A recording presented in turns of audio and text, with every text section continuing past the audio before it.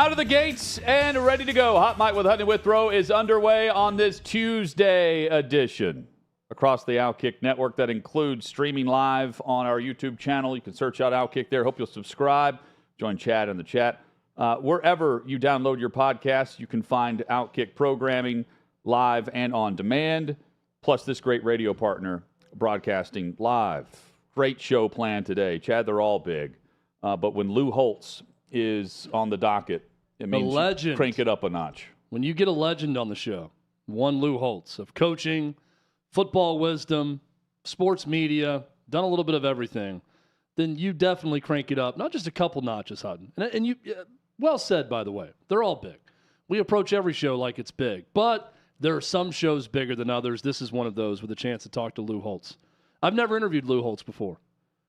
Never interviewed. I've talked with him one time in passing, but that was it. Yeah, that was the Never had a chance to meet him or interview. Of all the people at different media days and Super Bowls and everything else we've chatted with, that's one I was thinking about this morning. I've never had a chance to meet or have a discussion with. So I'm really looking forward to this coming up 39 minutes from now. That's right. That's later this hour. John McClain will join us in hour number 2. So much to discuss across the NFL as we have the final preseason weekend coming up on Friday, and then 16 days from Friday, we have the official week 1. Of course, it kicks off Thursday night with Kansas City and Detroit. Curt Schilling joins us in hour number 3, plus Mike Renner, formerly of Pro Football Focus. He's in Nashville. He joins us in studio here at 6th and Peabody with EHA Beer and Old Smoky Moonshine. Chad, it's a great day and great show planned. Plenty of headlines to hit right now with our Scorched Earth as we kick off the show, and it starts where we left off yesterday. Right as we went off air at 6 o'clock Eastern, news came out across the league that the Colts have granted permission to Jonathan Taylor to seek a trade. This comes after late July when owner Jim Irsay, after a weekend on the Irsay bus, a big discussion with Taylor about a future of a contract or lack thereof, said, hey, we're not trading Jonathan, not now and not in October. Well, it's now August, so I guess that still translates to being accurate, even though it's not.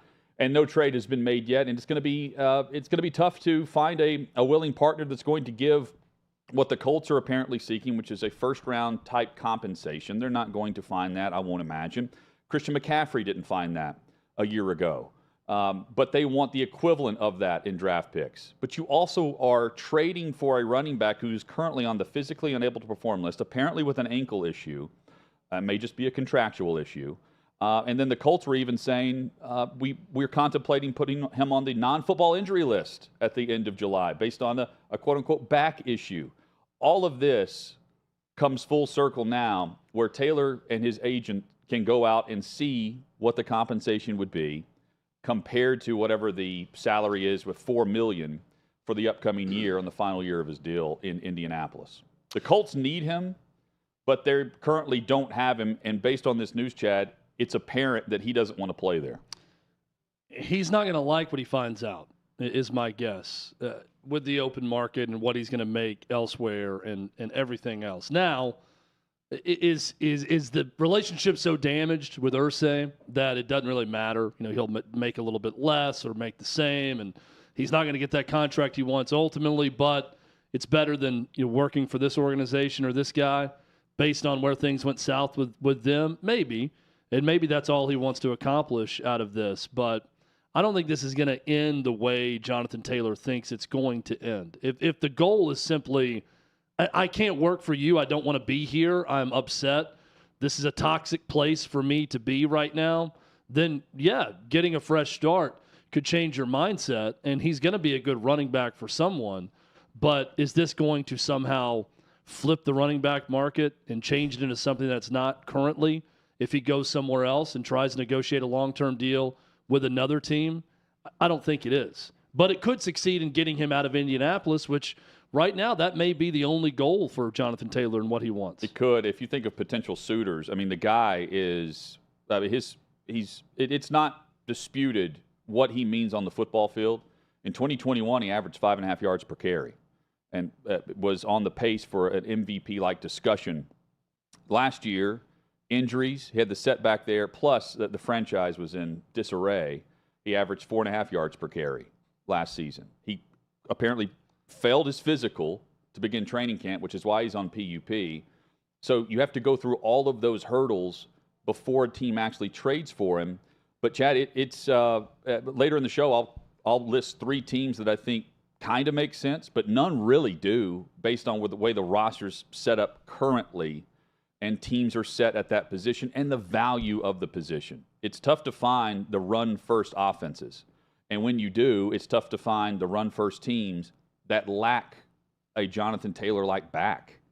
There are some, not many. Base salary of $4.5 million, some teams can absorb that. Do they want to trade a second, a third, and a fourth, and then a next year's fifth?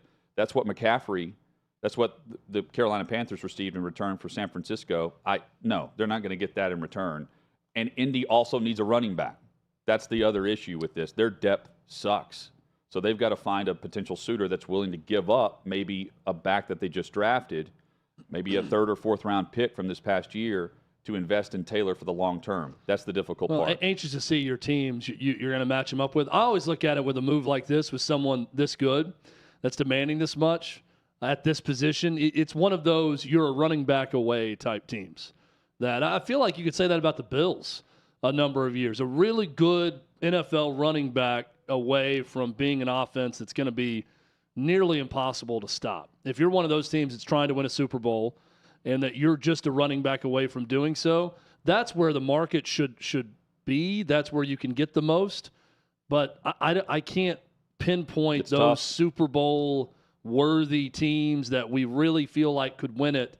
That is a quote-unquote running back away for Jonathan Taylor from them winning a Super Bowl. So anxious to see the teams you have listed for Taylor a little bit later in the show. And I'm curious why the Colts haven't just said, hey, play for us on this, and we guarantee you that we won't franchise tag you a year from now. We'll move on and part ways after what could be a good season. Again, a lot to come, and he may not even be able to find the potential trade partner as the Colts sit back and fine him for not showing up if, in fact, he's able to pass a physical and get off PUP. Chad, the Buccaneers, they didn't start Baker Mayfield this past weekend in their second preseason game. They will in game number 3 because they've named him their starter. Baker Mayfield, we thought it was an obvious conclusion when he signed there that he would be the starting quarterback unless they decided to trade up and draft one of the quarterbacks in this April's NFL draft. He's named the QB1 now. Todd Bowles said, Baker is our starter right now. That was the quote. Kyle Trask has received a lot of reps throughout camp. They informed Trask of the decision before they informed Baker Mayfield about this. They gave Trask a ton of reps, and he's played very well. Here's the real hurdle for Baker Mayfield, in my opinion. He's got to lead. That has not been the case in Cleveland. That was not the case in Carolina. And, yeah, he led briefly in December for a bad LA Rams team that ultimately led him into a competition against Kyle Trask this preseason. It's a foregone conclusion we can say that he's the starter in Tampa when he ultimately went there. But for how long? He has to have this team believe in him and believe that he's the guy to follow. Other players in the league haven't followed him as the leader of the offense. If he can do that, he can remain Tampa's starter for the long term. It's a 1-year contract, $4 million roughly base with the potential to earn $8 million. It's a low-risk, high-reward deal for Tampa Bay. It could be a very long season for the Buccaneers, though, if things turn out the way they have at the end of the Cleveland reign and the short stint in Carolina. So much has happened since a year ago when we were going into the 2022 NFL season, and Baker Mayfield was trying to reinvent himself as the Carolina Panthers starting quarterback within that same division. That feels like 4 years ago now. Deshaun Watson serving the suspension, the bulk of the season. Game 1, remember week 1? Cleveland Browns, Baker's Carolina, old team you're right. against Carolina. Hyped up game. Here comes Baker. Baker's revenge against the team that discarded him for Deshaun Watson. This guy facing all these sexual assault allegations that's going to be suspended for the bulk of the season. That was the storyline going into week 1. How quickly that faded and turned into, can anyone salvage Baker Mayfield ever again? He did a good job with the Rams, but now this is to me, really the second chance at complete reinvention for Baker Mayfield. Guy who had some success as the number 1 overall pick with the Browns, had some success, got him, a playoff win, did some okay things, but ultimately, as Hutton said, was not the leader that Cleveland needed. He was not good in Matt Rule's offense with the Carolina Panthers. Did not work at all. And I like Baker Mayfield. I think he is set up to fail once again because this is not a good Tampa Bay Bucs team. And guess who he's following from a leadership standpoint? Tom Brady. Not going to go well. If the goal is now to be the leader of this team and to take over and show everyone that you're Tom Brady from a leadership standpoint and get people to follow and show that you can be a franchise guy, I think his back is squarely up against the wall coming into 2023. I didn't think that a year ago as much. I thought he would do better. I thought, hey, this is a good spot for him to be in. It wasn't. Is another landing spot in the NFC South a better spot? Don't know.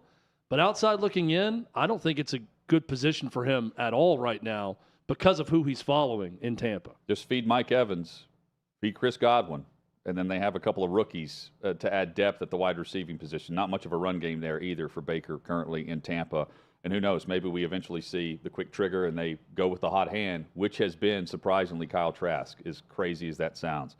Chad, as crazy as this sounds, a preseason game atmosphere in the NFL felt like a playoff atmosphere. Last night with the Commanders and Ravens had the 24-game win streak in the preseason, the meaningless streak that everyone was aware of. And I would contend if you took the camera shots from the Washington Commanders crowd and then the celebrations at the end of this game, the way Washington was celebrating, and you didn't tell us it was a preseason game, but you said, is this preseason or is this a chance to get into the postseason or win in the postseason? I don't know if you could tell the difference. That's crazy. Kind of dumb, but it's crazy to think about as they celebrated in Washington with new ownership and what was a very entertaining game that came down to a defensive pass interference call, 4th and 11, kept the drive alive. Washington goes down and nails a field goal, and they end up winning by 1 over Baltimore and snapping the streak. It's either a great start to a new era and a new regime with Josh Harris, now the controlling owner of the Washington Commanders, and a moment that we'll look back on and say, that was it. That field goal and that moment snapping the longest preseason winning streak going, that was the moment we knew the Commanders were headed in the right direction, or it's going to be a punchline for years to come. That, man, we probably should have known that the Josh Harris tenure was not going to go great when they celebrated that preseason win over the Baltimore Ravens. It was also also a celebration of the fact that they don't have Daniel Snyder there anymore. Absolutely. There's a weight lifted off the entire organization and the fan base. I'm it was a fun game. I'm having fun with it. I say that, but it will be used against them in jokes. No doubt. If they're not doing anything and everybody's saying, you just celebrated the preseason, the snapping the preseason win streak, which, by the way, regardless of how stupid it is or meaningless, it's damn impressive. It's crazy. And I'm watching that game last night. We'll talk more about it later. I tuned in. I wagered a little money on it as well. It's one of the reasons I tuned in when I saw that the Washington had the ball late. But that's neither here nor there. It was entertaining. It was most of the time when I hear announcers talk about something that's meaningless and act like it's really good, it's usually posturing by them. I hear this a lot if you just skip around and watch the local broadcast of NFL preseason games. Man, this is just a really good football game. This is, all things aside, this is a great football game. I'm thinking, it's not great. Last night when Joe Buck and Troy Aikman were kind of joking but saying, this is the best preseason game I've ever called. I'm not saying that as hyperbole. This has actually been somewhat entertaining. I kind of agreed with them. Maybe one of the first times I've agreed with that sentiment, Hutton, in a preseason game. Lucky for them, they haven't had to call very many based on the top games they've been calling on Fox. I think Joe Buck even said, well, Troy, this is because you've never seen a preseason game or never called it. And Aikman said, that's not true. When I started out, I was calling preseason games. I have called preseason games before. Yeah. The handshake, too, is something we'll look back on. I understand why Josh Harris thought that the hand was held out there. Joe Buck had his hand out for a while. Making a hand gesture about, you own several teams, you've had success, And then the limp handshake where Aikman's trying to keep it together and not laugh during the segment at Buck when they make eye contact over the handshake that was not a handshake. I think it's always one of those. This is like every time I get in the shower, it's in the shower is when I think about all the things I should have texted or said in a conversation at some point. Yeah. And then I get out of the shower and I immediately text someone, or I think about what I should say. In hindsight, Josh Harris, in the moment that he tried to give the handshake, and Joe Buck was not actually trying to give him a handshake, in that moment, he should have made a joke about it. When they went to him, it's like, can we finish this handshake that I tried to give you? Instead, he tried to. Now, I grant him some grace here because he doesn't know that he's on camera in that moment either. Probably he's looking forward, hoping that gesture wasn't caught on camera and that they're showing the game at that time when he's introducing him, because he does it in a way where he pulls the hand back so quick, Hutton, it's as if he's trying to act like it didn't happen. But this is like mid-conversation, though. Like he's setting up another he's like responding to something that Harris had said and then says, like, and you've been successful owning other, and then he's making the hand gesture while doing so. And I understand Harris, like just through the side eye here, you're like, oh, he's extending the hand, and then it looks like he's helping him out of a car. Yeah, or something. Again, but he may not. He may be looking into a monitor too, but he may not know that he's on. He may think they're still showing the field as they're talking. So maybe maybe I got away from it, and that awkward moment wasn't caught on camera. But unfortunately, it was caught on camera. The awkward moments, though, for Washington clearly not nearly as detrimental because Snyder is no longer there. Coming up, MLS, not World Cup. That's been the discussion, at least where we are. That's next on HotMic.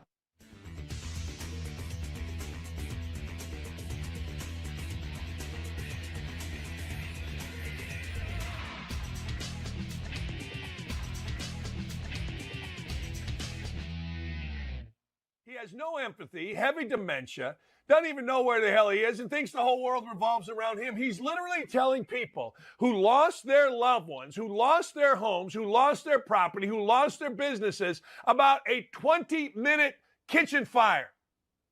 That's a kitchen fire. And this jackass goes on and on and on about a kitchen fire. It wasn't he almost lost his home. I mean, do a little research.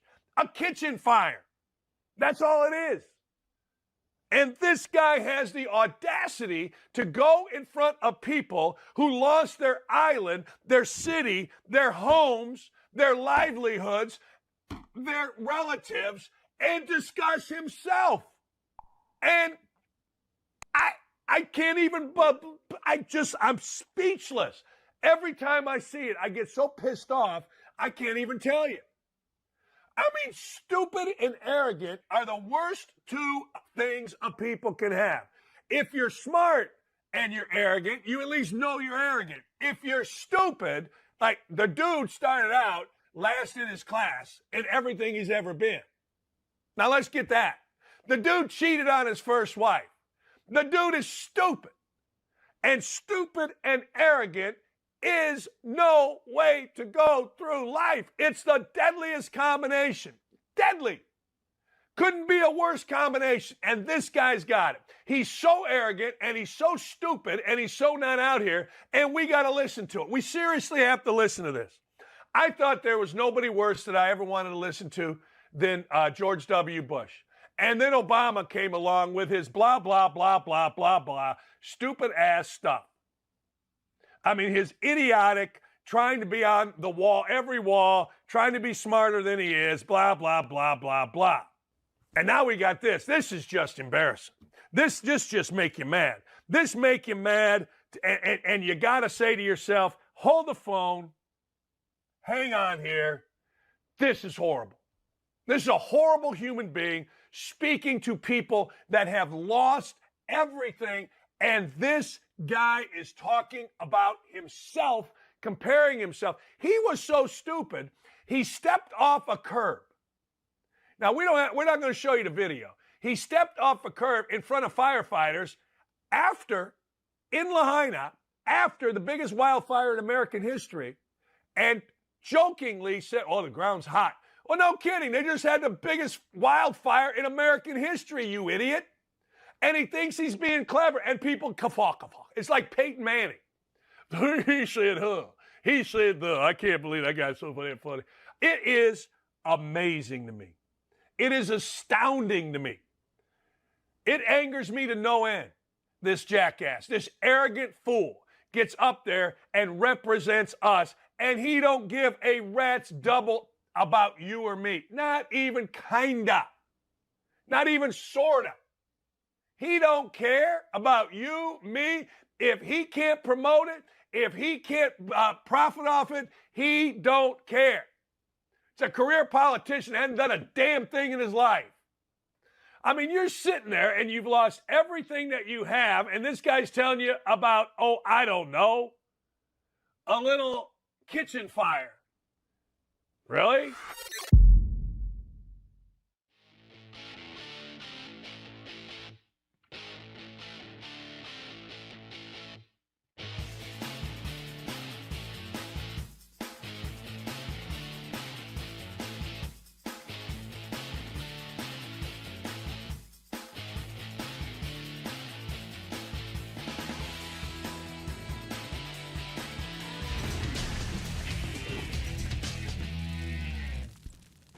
Coming up in about 20 minutes, Lou Holtz will join us, college football Hall of Famer. Really looking forward to that chat about the future of college football, Notre Dame, and their stance on independence and much more. Lou Holtz also never fails. Did this all the time when he was an ESPN analyst. When he makes his picks for winners in a game or top 25, he's always going to have Notre Dame and South Carolina weighted a little bit higher than others. Maybe in Arkansas, former Arkansas coach also, likes to favor the places where he once took a paycheck. And a handful of them, not just a couple, ahead of Georgia that we'll ask him about in his preseason rankings. If I made good money from those schools the way Lou Holtz did, I'd probably show a little favoritism as well. That's right. We've got plenty of headlines coming up as well, including right now with, Chad, just the reaction to Messi in town this past weekend. Spain won the Women's World Cup, but here the discussion about soccer had everything to do with Lionel Messi and nothing to do with Spain winning.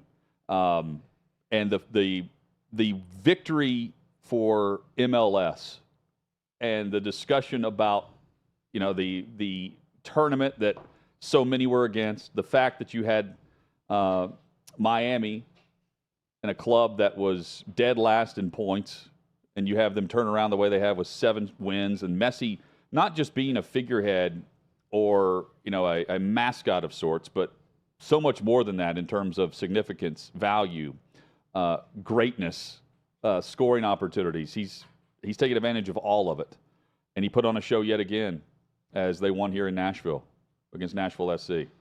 It was cool to see that phenomenon of an international superstar in sports to the level of Messi come to this city. I like the build-up to it. Like, it's one of those things, it's weird. And this happens at times in sports where the build-up is better than the event. Like, I found the build-up to, man, both these teams won. They're going to play for this tournament's championship, the League's Cup, in Nashville, and Messi's going to come to Nashville. And now let's see what the ticket prices are doing. And the ticket prices were sky high. And it became a celebrity affair. Nicole Kidman and Reese Witherspoon. Reese Witherspoon's an owner of the club, one of them. She's presenting the trophy before the game. They're taking Instagram photos.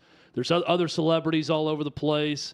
The build-up was awesome. Now, it would have been a bit of a wet blanket moment had Messi not played a lot or not played well or not really sparked in that match, or it was a blowout one way or the other. The match did deliver.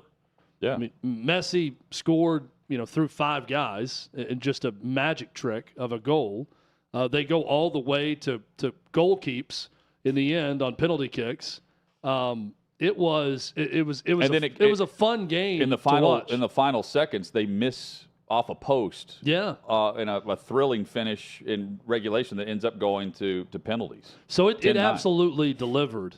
And again, I keep going back to this because I watched it on Apple TV. I just think that their production value, if they are someone who buys ESPN, I could watch them do anything. The shows they put on, I mean, whether the shows are well written or funny or not, they're always well produced and well done, very professional. And I feel the same about their MLS coverage and felt the same about that event. Now, is it a little over the top, when the announcer is, having a seizure on air about Messi winning another trophy in the first ever Leagues Cup championship? I mean, I think it's a little bit much, but I also understand the significance of him in the United States playing in the MLS and making this club in Miami something from nothing. I mean, if I watch any international broadcast of a different language and I'm watching soccer, a goal is treated the way that they would treat Messi in the MLS now. So I understand the fever pitch for promoting that. It's just a totally different approach to sports as you and I know it, Chad. Yeah. But here's the thing, like in terms of global popularity, just person for person on the planet, where does Messi fit on that list of, oh yeah, that's Messi? I mean, it's right there at the top. If you start listing off, other than like the Pope, who would it be? Taylor Swift? Yeah, he's up globally, and then he's delivering the same way. Like, I haven't seen a main headline other than the money that the other superstars are taking from Saudi. Meanwhile, he turned it down, and he's making a headline every match for Major League Soccer. It's a huge victory for them, not just for Messi. Yeah, it's a big deal, and I'm playing a bit of devil's advocate here also, but it is amazing to me the amount of people I know that are big sports fans that barely know who Messi is. If you said the name, and honestly, like if we polled American sports fans, what was his last international club he played for? Not what country is he from. What was his last club? What percentage would know? 25? Maybe, but 20. Here's the other thing too. That I don't know many people that are really diehard soccer fans, but they were paying attention to this soccer match. Yeah, and look, I'm comparing it to more of the global superstardom. Yeah. Like in the 1980s, if you said Michael Jackson, you may not be a diehard music person, but you could put on, Thriller, and you would know that was Michael Jackson or have heard it. Taylor Swift today. If you played Shake It Off, they'd say people could connect the two. If you had his record of clubs he played on and tried to compare the two, most people wouldn't know. Most people in the United States would not know. But they would have heard the name. But with him traveling and doing these, that will grow that audience in the significant. I'm not trying to be I'm not trying to be anti-soccer dude here. I'm just saying I still know a lot of people who hear Messi, and while they know the name, they really don't know much about him. They just know the name. Well, they know they bring. And the I crowd. think to compare him to like a Taylor Swift, I mean, you could not like music and hear Taylor Swift, and then I'd play her top 4 songs, and everyone would have heard them and know exactly what they are. Chad, think about the range of emotions while we're on soccer of Carmona, who's the winning goal scorer in the World Cup for Spain, and then finds out that her father had passed away after the final was complete. The range of emotions there, I can't begin to grasp based on the celebration and the fact that you're that player who delivered for your country and you're winning the World Cup, only to find out that your father has passed within the time frame of you being there and being able to learn of that info. Yeah, it's really sad because you always think of these moments in sports where it's the height of where you can go, winning a title. And then to think about that's really cool for that person. You watch the celebration, you watch the joy of it, the relief of having worked so hard to get there, and then to know that is always going to be the memory of when they found out their father died. It's the answer, like, what's the greatest day in your life? When you won the World Cup, right? Yeah. For a young athlete. And then what's the worst day? I don't know her history, but this would also be up there if it's not number one. It's very close, not knowing her backstory all that well. Well, there's even lesser stories I know of people who are big fans of a certain team, and they remember a parent dying or a sibling dying based around a game of that team. Oh, my team in college football, the NFL, beat this team in a big upset, and that's when I found out Dad was in the hospital. The timestamp. Or Mom was, or something happened, and that timestamp is in your mind. This young woman's timestamp of winning a World Cup for her country is going to always coincide with her father passing away.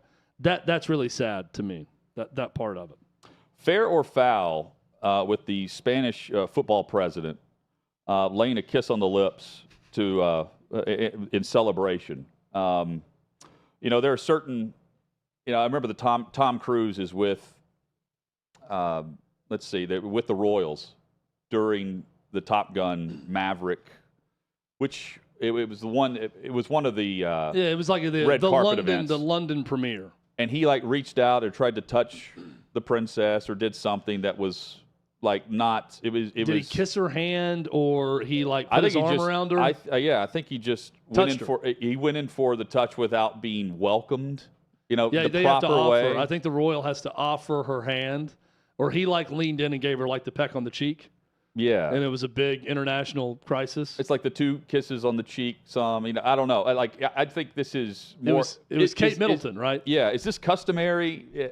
And we're looking at it as foul because we're viewing it the same way the British would view us or Tom Cruise for trying to dare touch a royal. I think it's definitely way more European to kiss people than it is an American custom, right? Now, typically the European kisses are on each cheek and not on the lips. I've done quite a bit of research with this. Jennifer Hermoso is the young woman who was kissed by the president of the Spanish Soccer Federation. And here's a still photo of that kiss.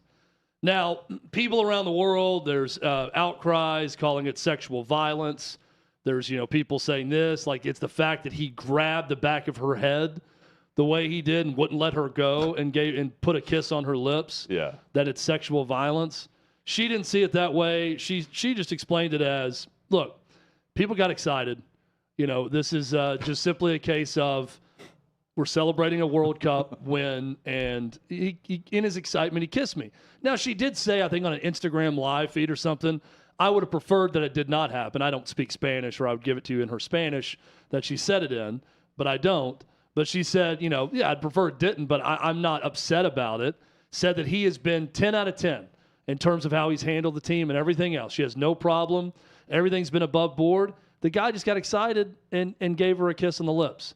Do I think it's odd to get excited in celebration and grab a woman by the face and kiss her on the mouth when you were her boss? Yeah, I think it's a little odd.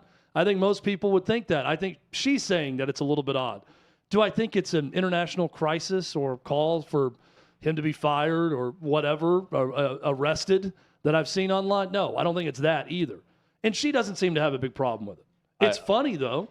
Yeah, it's just strange. That was my reaction to it. It was strange, the reaction that so many had globally to Tom Cruise, And I was just like, what? It's just not custom.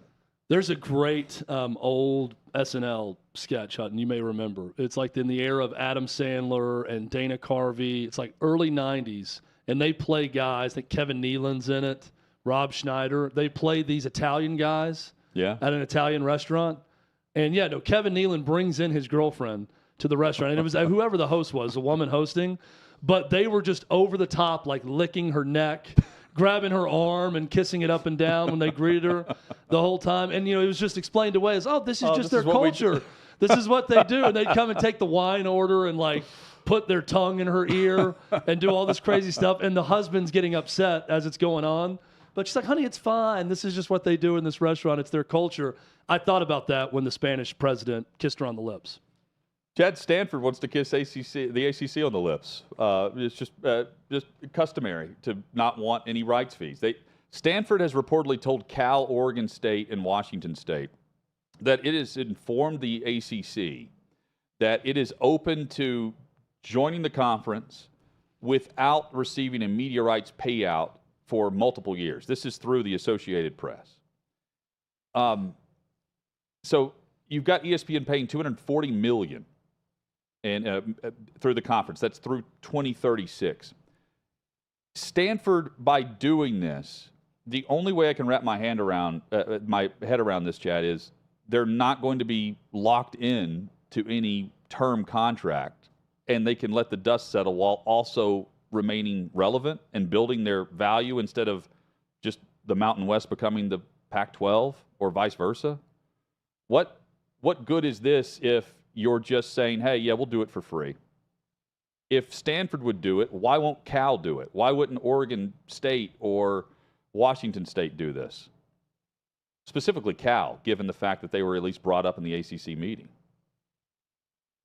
No revenue split needed. It's what you have to do to secure your future. You need a seat on the table. We have now gone through this enormous college football game of musical chairs, and we see the ones left without a seat. And there's only, right now, there's no seats left. But if you could snatch a seat or create a seat and sit down in it for the future of your college football program, you do it, even if that means not taking money or taking less of a share. That's the situation these programs are in right now. It's odd to know that Apple's final offer, the floor was $25 million annually. That was the floor reported. And now you have 3 weeks later, you have Stanford saying, we're here to inform you that we would take nothing. We've told the ACC that. ACC thinking twice about bringing this up again in a call? And, hey, would Cal be on board? Would SMU be on board with this? They apparently want their name out there. They apparently also weren't brought up in the call when Florida State, North Carolina, Clemson, and NC State voted no on Stanford and Cal joining the ACC. Let's make it football only. That's my lone request. Let's add some of these cross-the-country type teams to a conference. I'm fine with it if it's football only. Yeah, and while they're making these decisions, you've got Oregon State and Washington State on hold because they need to wait and see what happens with all of this with decisions they're trying to do. Coming up, football only. Lou Holtz joins us. The legendary coach joins us on HotMic with Hutton and Withrow across the OutKick network.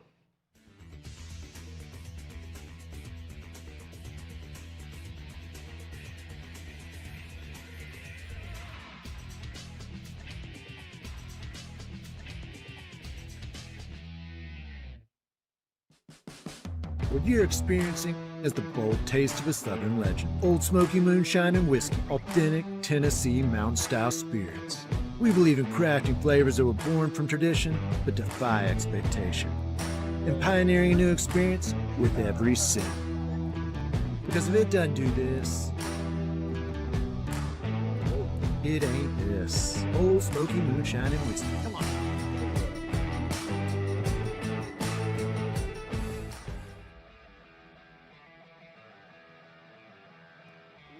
Welcome into OutKick the show. I am Clay Travis, your fearless leader. I am going to continue to argue that sports is one of the great unifying forces in all of American life. ESPN is a sinking ship.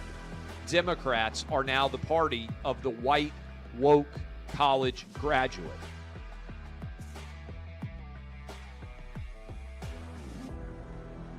We live in a land of participation trophies. You gotta lean into the turns.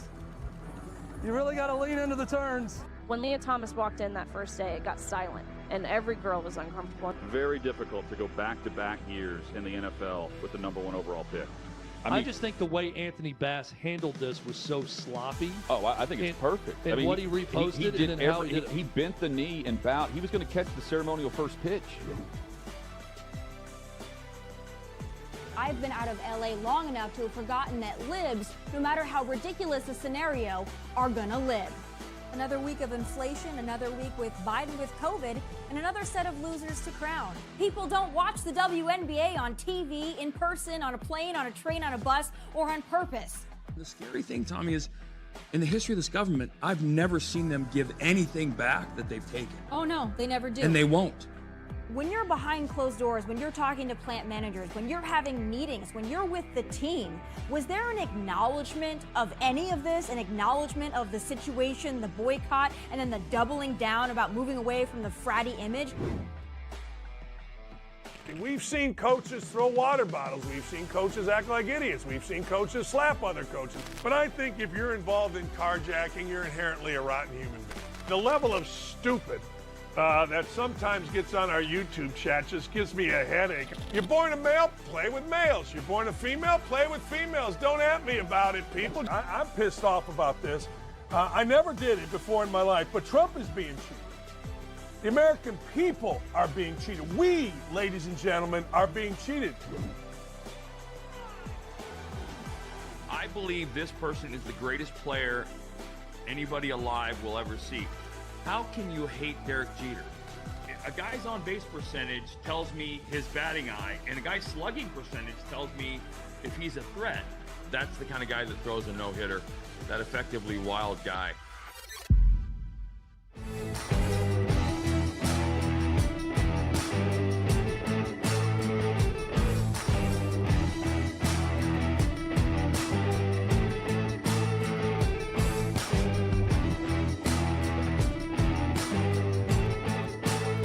Old Smoky Moonshine and Whiskey. Bold taste of a Southern legend.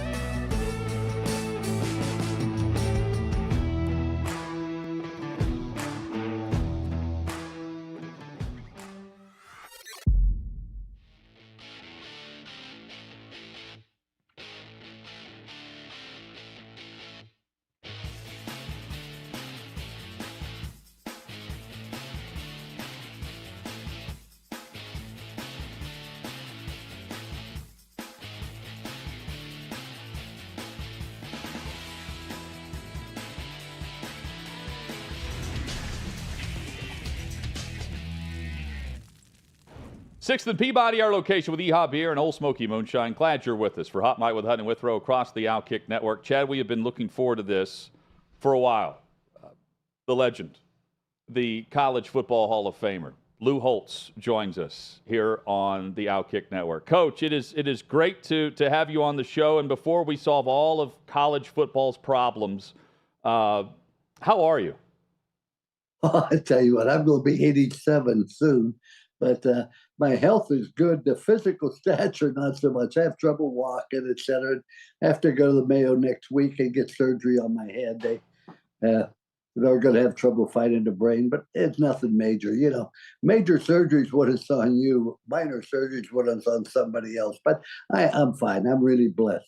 Coach Lou Holtz with us, and thank you for joining us. When you have sat back and watched the recent movement across the college football landscape, what are you thinking to yourself? Oh, thank God I'm not in coaching today.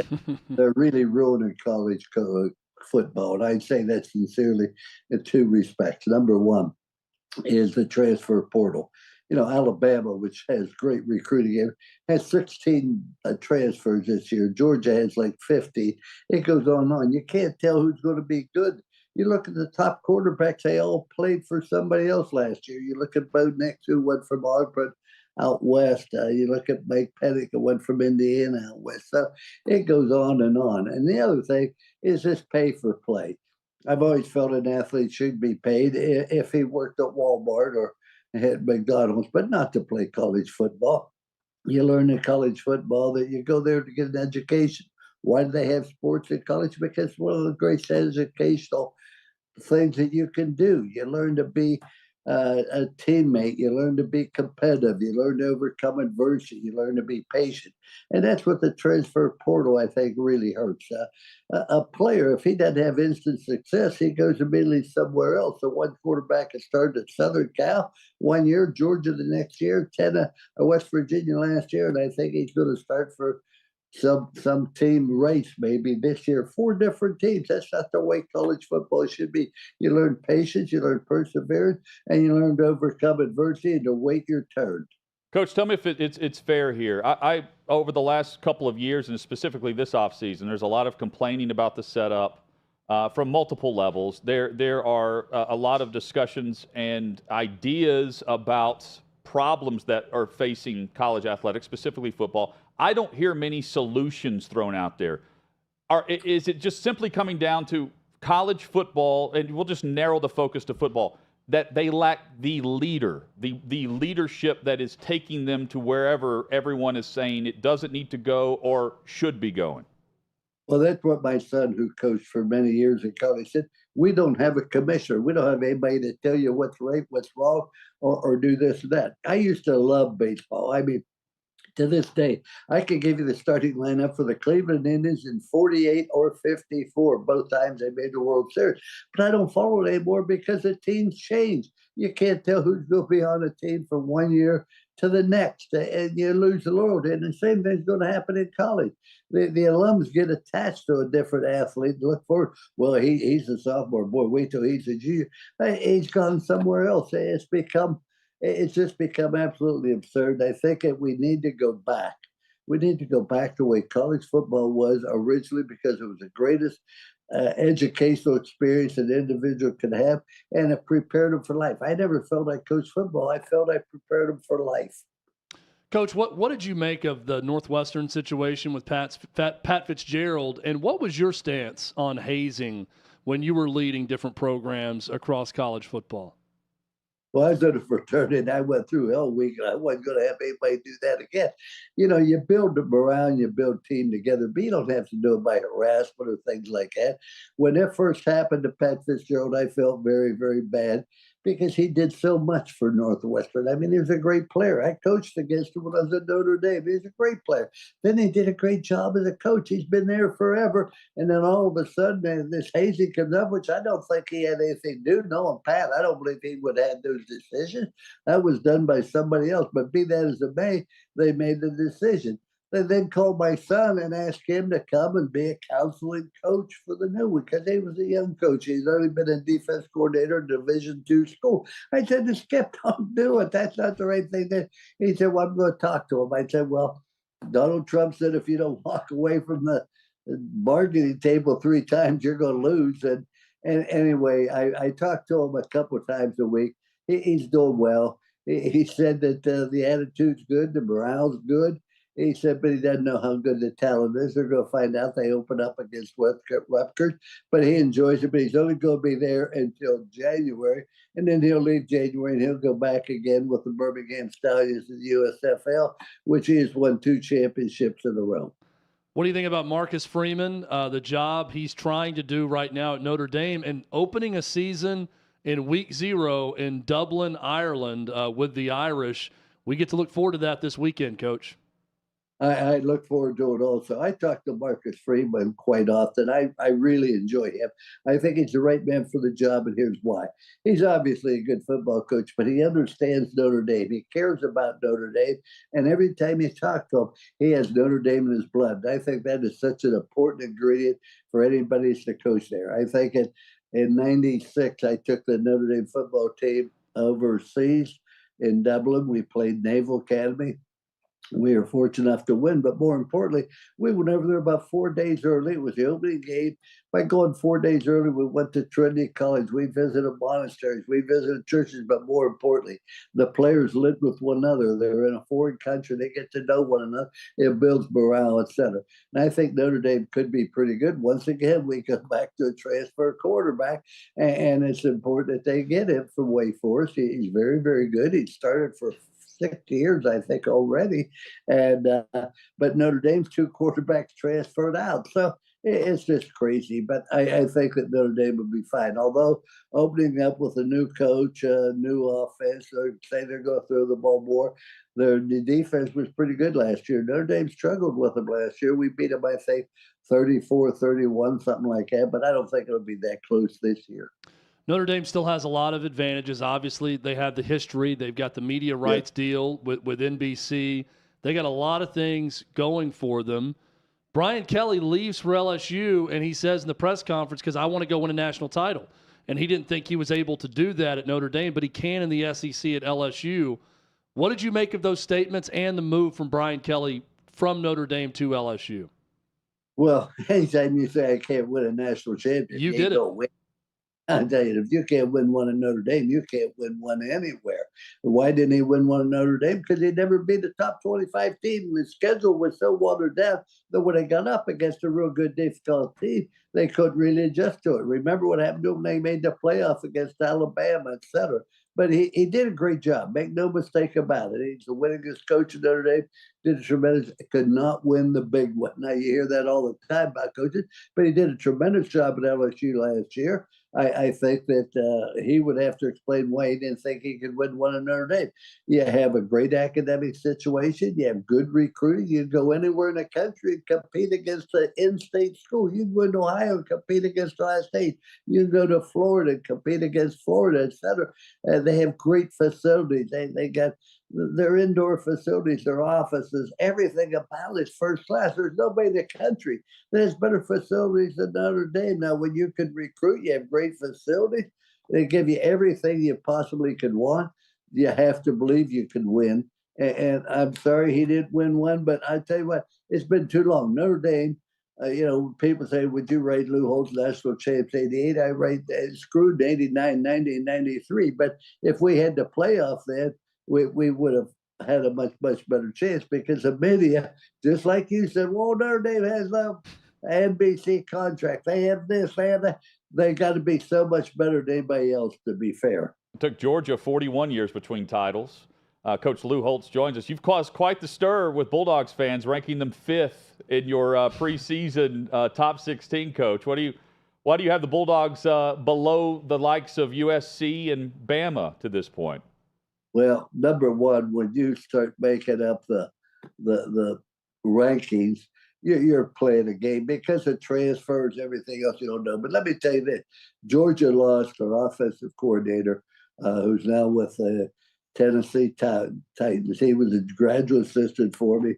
And then they lost their outstanding quarterback. I mean, he was great. Yeah, they still have good athletes. They're going to be very good. But I just think it's hard to win 3 in a row. Nothing against Georgia, but I think that when you look at who's going to be number one or who's the top team, you go by conference. Let's take the Big Ten. The 3 of the best teams in the country are all in the East Division of the Big Ten. I'm talking about Ohio State, Michigan, which I think will be very good, and of course Penn State. And they haven't even gotten to Wisconsin yet. Then you go to the SEC. You have Alabama, you have Georgia, you have LSU, but you also have Tennessee and South Carolina. I think is going to be a dark horse. Then you go out to far west, which hadn't really been in championship playoff for a long time. But you got 3 great teams here. You got Southern Cal, which if they can improve their defense, then they'll be very, very good. You got Washington, you got Oregon, and I haven't even covered Utah, which has won the conference the last 2 years. And then you go to the ACC. You got Florida State, which has really come back under North, doing a tremendous job. You have Clemson, which is always very good. And you have Notre Dame. Notre Dame has 3 games which they will have to struggle. The other 9 they should win easily.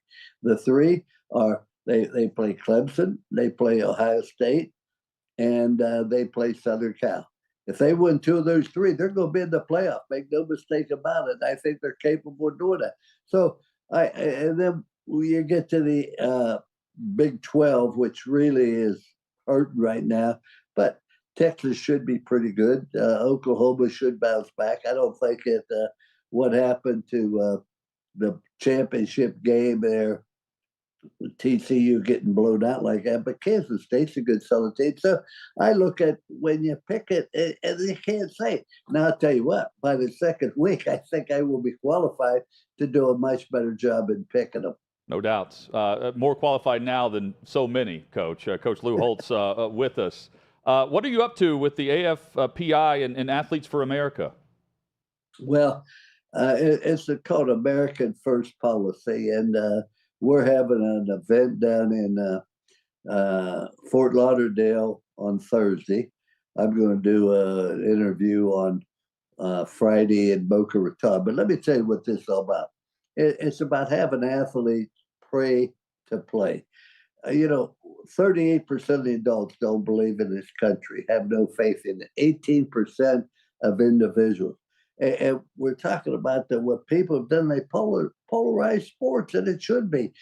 Sports is the one thing that should be all American. You should talk about it. I said this to our football team, and it's one of the smartest things I've done. I said, man, if you want to promote gay rights, God bless you. You want to promote women playing against men playing against women, that's fine. You go do, but you aren't going to use our team to do that. We're going to promote one thing on this team, and that is no University of Notre Dame. You want to go do it on your own? God bless you, and I will help you, and I will encourage you all you want. You have that right to, but you don't have the right to bring that into sports. And I believe that strongly, and I believe it today. That if more people took that stand, we wouldn't have some of the problems we have today. If you're going to kneel, you got to kneel to pray to God. Coach Lou Holtz saying it true and best. sports should be the escape. They were, and they still are, as long as we allow it to be. Coach, appreciate you for the visit. Hopefully we can do this again down the road. Well, I tell you what, if we don't, it'll be because you don't call me. I enjoy being here. You're very well prepared. You ask good questions. And I don't know how much longer I can still play, but, I'm not very good physically. But one of the advantages of being dull mentally all your life is when you get dementia, people can't tell it. You're certainly far from that. You're very with it, Coach. We appreciate it. Thank you so much for doing this today, and best of luck with the event later this week. Thank you for having me. Coach Lou Holtz there. Well said. And the man's got a better memory than I do. Yeah, reciting the Cleveland roster from 49 and 50. Yeah, let's go. We all hope to be that clear, no and doubt. To speak that way when we're 87, if we get to 87. Coming up, a streak ends, and Jonathan Taylor wants to be traded. Which teams are the best fits that could pull this off? That's next.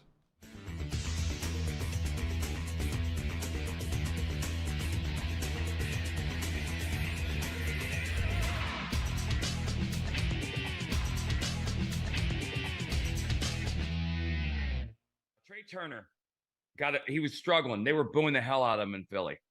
On August 4th, his numbers were this: through 108 games, he's hitting 236 with a 289 on base percentage and a 656 OPS with 10 homers and 35 RBIs through 108 games. The Phillies crowd gives him a standing ovation. And it's not a coincidence, guys. So you fans out there, there are players who you can trigger in a really good way. Since then, in the 14 games since then, 370, 414 on base percentage, 117 OPS, 4 homers, 12 RBIs. Okay, not a coincidence. This game, every athletic endeavor at this level is about confidence. It's all confidence. And there's a positive, and for anybody that's ever done sports psychology, there's a physical component to emotions. And by that, I mean your body releases different chemicals when you're happy, sad, depressed, pressured, motivated, all those things. And as an athlete, I can speak from personal experience. In October, I was a different human being. And I felt different. And my emotions were different. And my adrenaline was different. And when I pitched in front of big crowds when I pitched in Yankee Stadium, I was different. The crowds create those things, home and away. I remember in 1993 when we were playing the Braves in the playoffs. This was the time of the politically incorrect tomahawk chop that the Atlanta fans were doing. It's kind of when it started. And I remember they were doing that in Game 5. And Terry Mulholland told me before that game, he said, "Think about this, man. You have a chance to go out there and stop 45,000 people from talking and being emotional." And it led to the 2001 quote when I said, or 2004, when I said, "I can't think of anything more enjoyable than making 55,000 people from New York shut up." And that's a sign of respect, by the way, New York fans. Always was. But we feed off this stuff, man. The good players do anyway. You know what? I'll say it, and you hear it here first, and I don't want to be first, but Aaron Boone's going to get fired, and that's going to suck because none of this is his fault. And every player in Yankee pinstripes and these guys know Aaron, and I promise you they care very deeply about this guy. He's the kind of guy that warrants that kind of emotion. Every one of them should feel like crap because it's their fault he's going to get fired, period. You couldn't ask for a better, more calming influence. I guarantee you there's no panic in his voice. But correct me if I'm wrong, but as a player, it always felt like Yankee fans wanted to see panic when they were losing. They didn't just want to panic. They wanted the organization to panic, right? You heard, I think earlier, what was it last show? Didn't we, John, we were talking about last show, trade Judge, trade Cole, blow it up. And it's like, no, number one. And you almost can't, number two. So if you can't fire the players, and firing anybody else would be meaningless to the field results, you got to fire the manager, the coaching staff. And unfortunately, I think that we're about to see that. And that sucks because it's not his fault.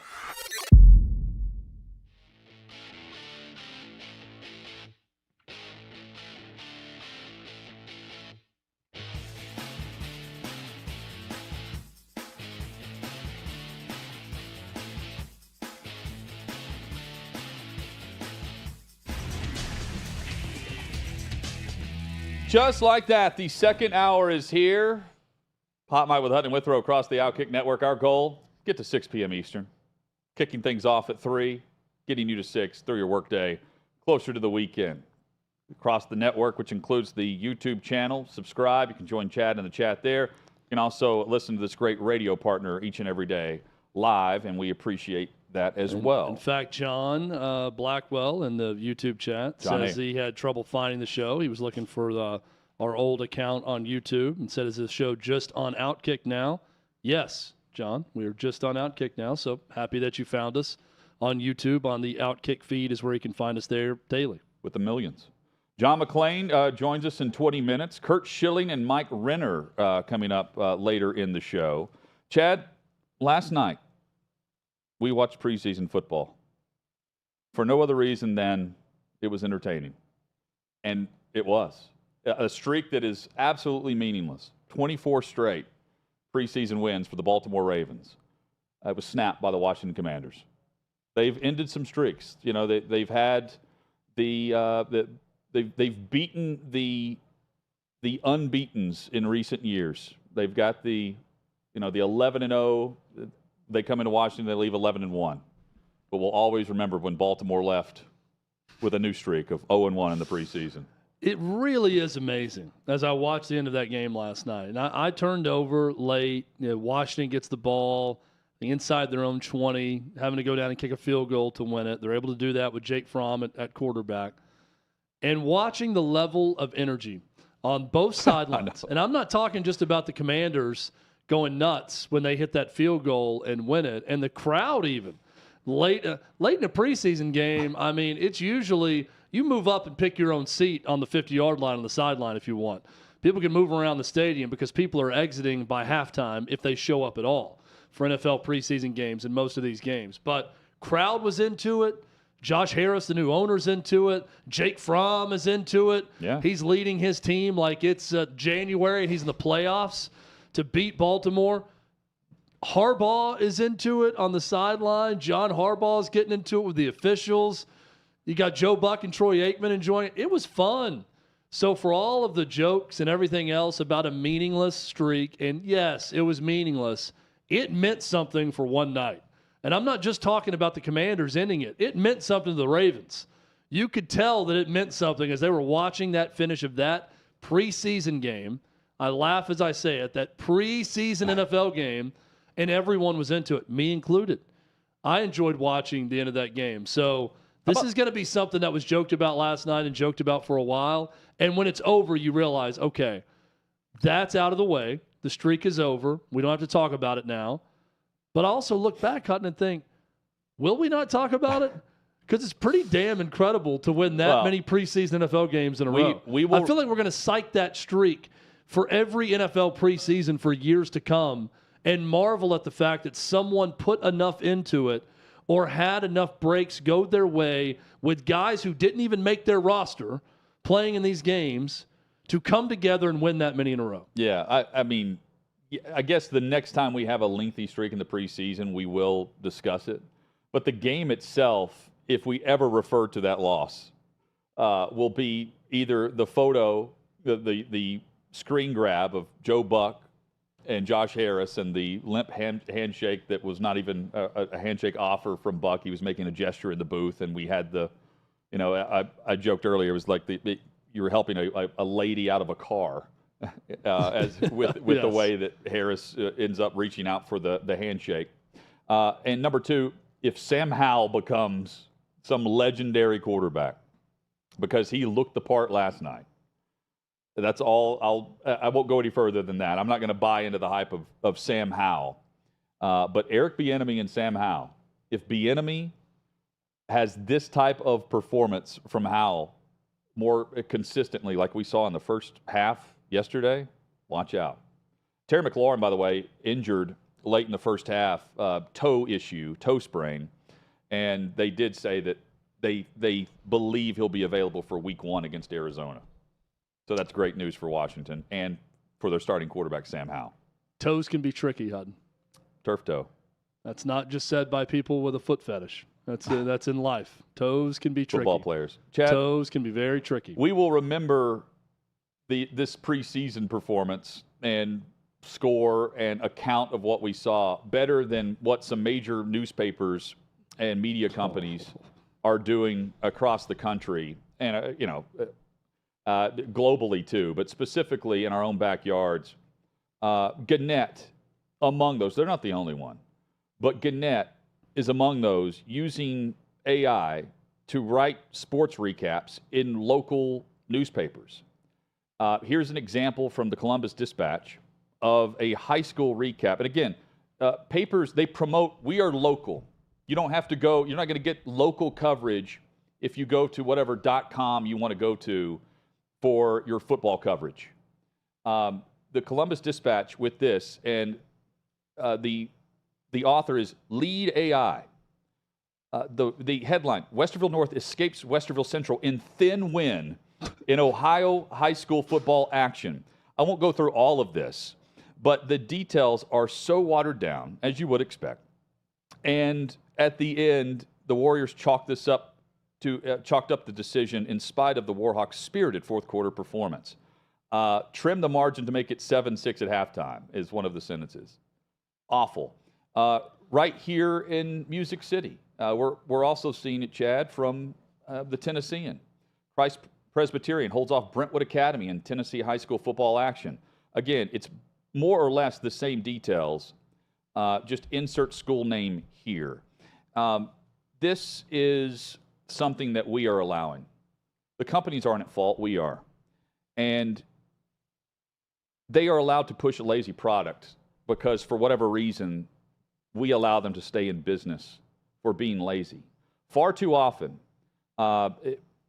there are tons of lazy people in sports media, tons. And those that work hard aren't rewarded for it because individually, as a sports public, we reward those who are lazy at what they do. This is not just cost cutting, it is playing into us being dumb in what we consume and not holding them more accountable. It is, Chad, it's my generation, your generation, that is raising soft, limp kids. And it's our generation that work for those that sell false advertisements, that sell a bill of goods that they have no business putting out there when they don't back it up behind the scenes. There are plenty of receipts to show this. This is out there for everyone to see. Cancel the subscriptions. Hit unsubscribe on YouTube. Don't comment when everyone's begging you to. Don't give a like because they asked you to. Hit the like button or comment and have a vote on this. No. Instead, actually give me some coverage that you claim that's what you're good at when you're really good at nothing. And far too often in this day and age, we are rewarding those who suck, that are so bad at what they do, they end up being good, and they're propped up at worrying about the next 24 hours instead of the next week, month, year, and actually having a business plan. The business plan now for these media companies is to push garbage and actually get clicks, and we're clicking on something that isn't even written by a human being. I hate this, and I'm part of the problem, and I hate myself for it because we're allowing this to happen in the age bracket that I'm in. Hutton, you're getting a ton of love right now in the YouTube chat, and for good reason. That was very well said. I completely agree. I think that AI is eventually going to be one of the downfalls of our media, with other contributing factors. There's a lot of them that we don't have to get into. I think social media is a part of the downfall of media as well. I long thought that we need more media outlets. And you know, when the internet came around, and yes, I'm old enough to where I remember the internet coming into play in terms of media, I thought, man, this is great because this really gives an avenue for people that want to get into it, they can do something good. But what happened was so many people got into it and just did something really bad and really lazy and not good. And because so many people got into it and they were doing bad things, and some of them, unfortunately enough, were rewarded for doing bad and lazy things financially, then companies that should be above all of that and actually have a standard, like a Gannett, decided that they're going to do bad, dumb, lazy things also that does not serve their viewers, their readers, their customers at all. And now we've got kind of stuck in this cycle. So for years and years, I thought more media is the answer. We need more people doing good things. We do need more people doing good things. But maybe the answer is less media actually doing the right thing and actually doing something that is good and not thinking immediately about, well, what is this? How can we save money? How can we do this? Let's do something good and see if the money follows. Maybe that should be the first question from a lot of media that's out there. So this AI deal makes me sick when I see this now with high school football coverage, and it's not going away. That's the sad truth about all of this.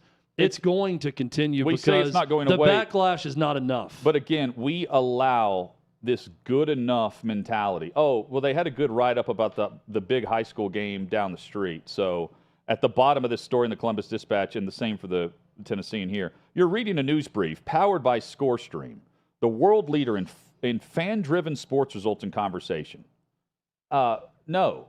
The world leader in pure laziness joined the long line of liars and fakes that are running companies or brands or, better yet, algorithms. You know who you are, and you know what you're doing. And unfortunately, there are so many sheep that I'm specifically looking at the sports angle of this that have allowed this to take place, and it sucks. It absolutely sucks.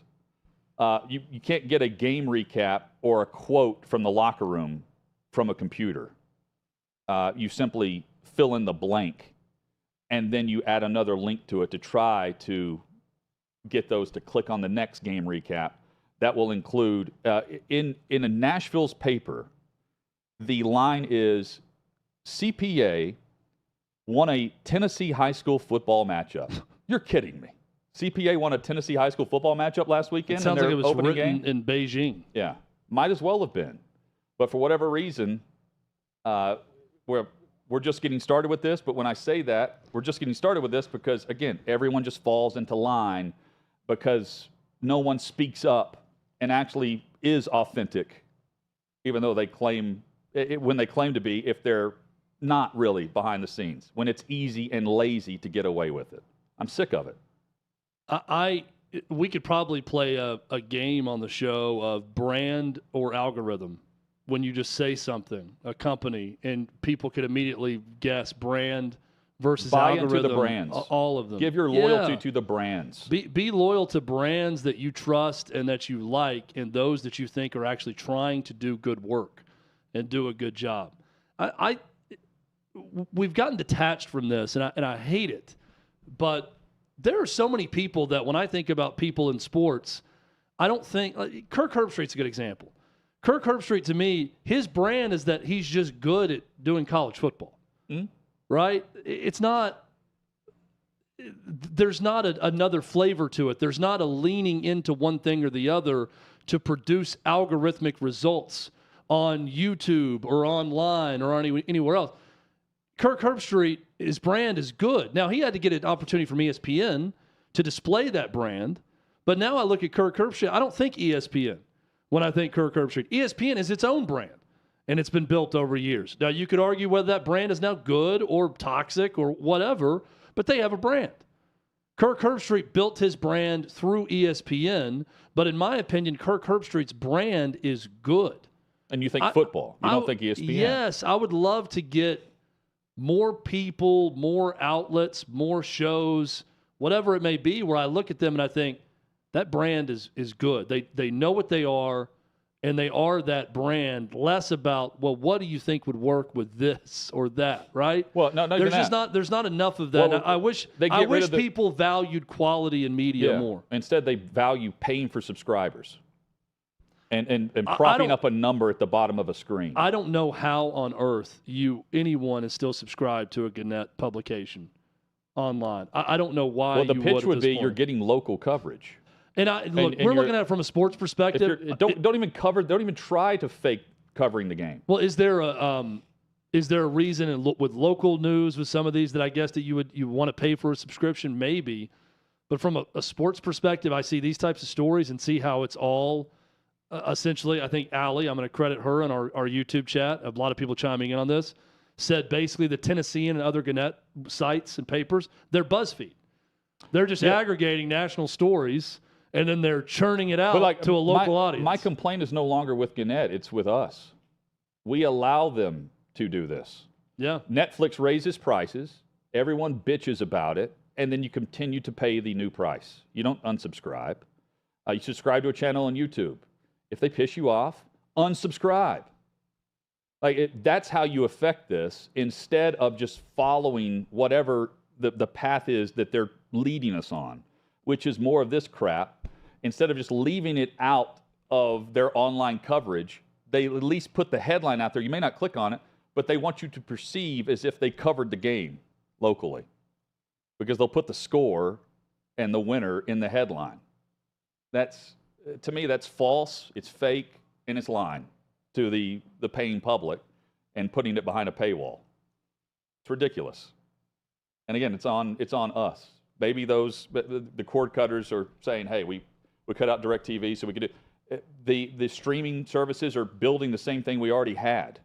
And while you wanted to cut costs and cord cut and do everything a la carte, now you're paying $20 here, $5 here, $10 here, and the prices continue to rise. ESPN Plus costs you more than the monthly subscription to whatever you're paying with DirecTV that goes to ESPN currently. That's why they're wanting to push online content, why they're wanting to put it on your phone and not on your television screen. Coming up, John McClain joins us. A lot to discuss across the NFL. We'll lead with some quarterback discussion next on HotMic.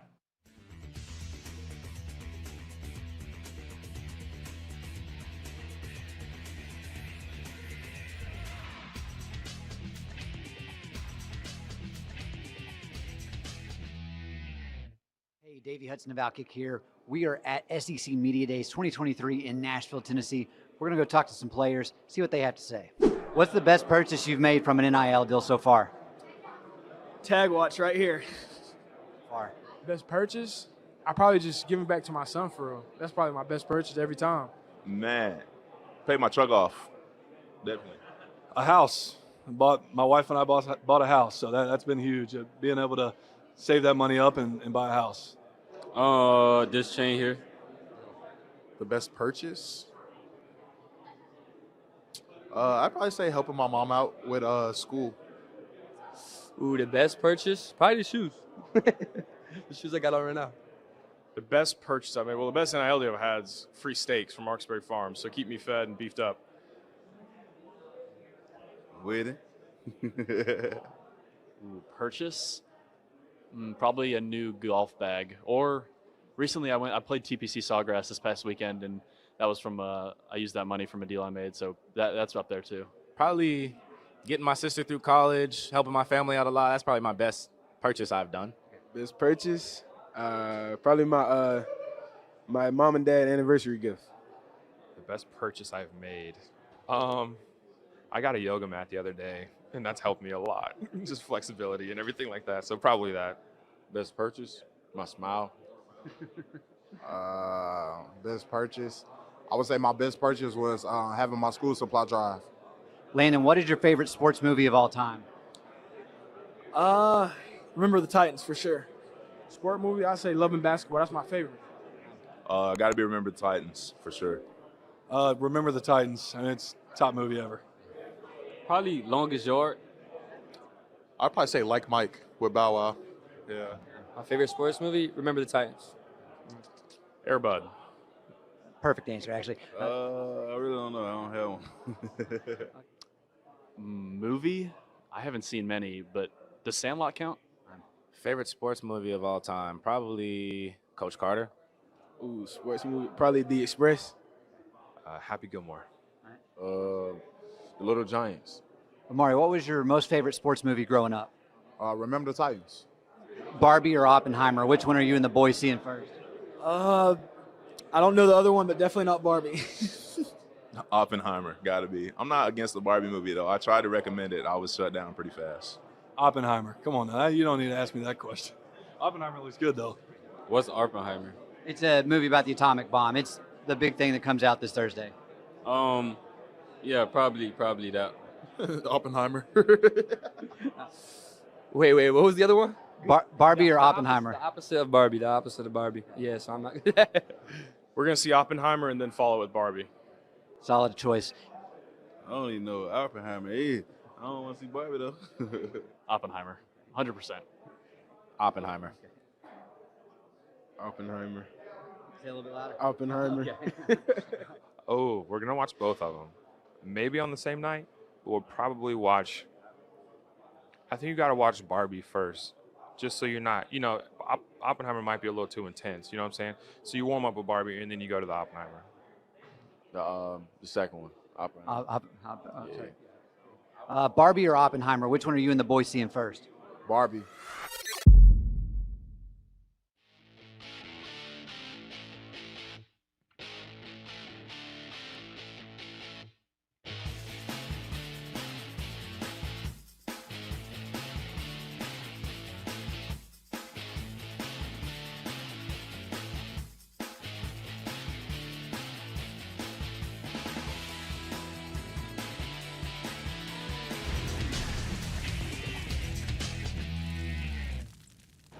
Sixth and Peabody, our location with EHA Beer and Old Smoky Moonshine. Glad you're with us. HotMic with Hutton and Withrow across the OutKick network.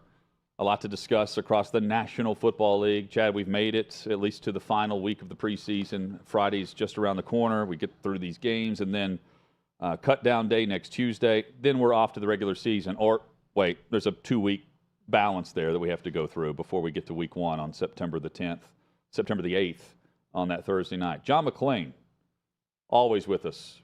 Never have to wait past a Tuesday for John, who joins us. SportsRadio610.com is where you can find all the podcasts and columns from the Pro Football Hall of Fame selector and member. John, good to see you. Great to see you guys. Thank you. Jonathan Taylor is able to go seek a trade. What is he going to find?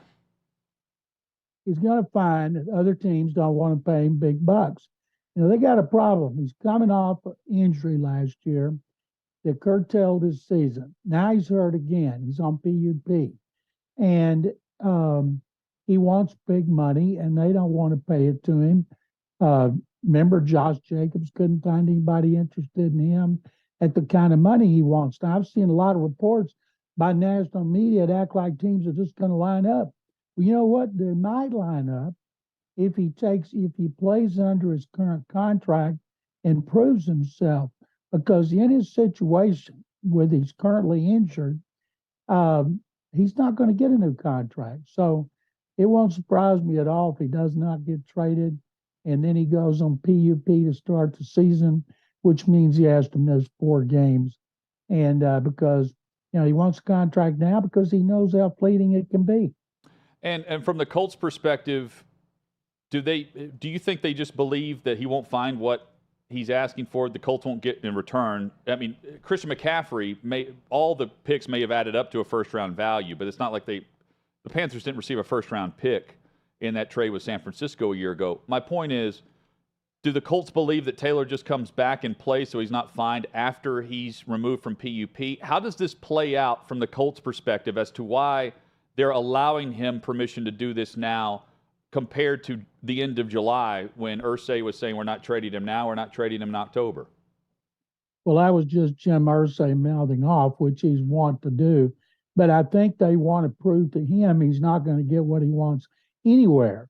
And they're not going to give him away. Christian McCaffrey brought it 2, as well as 2 or 3 other picks, and he was healthy when he was traded.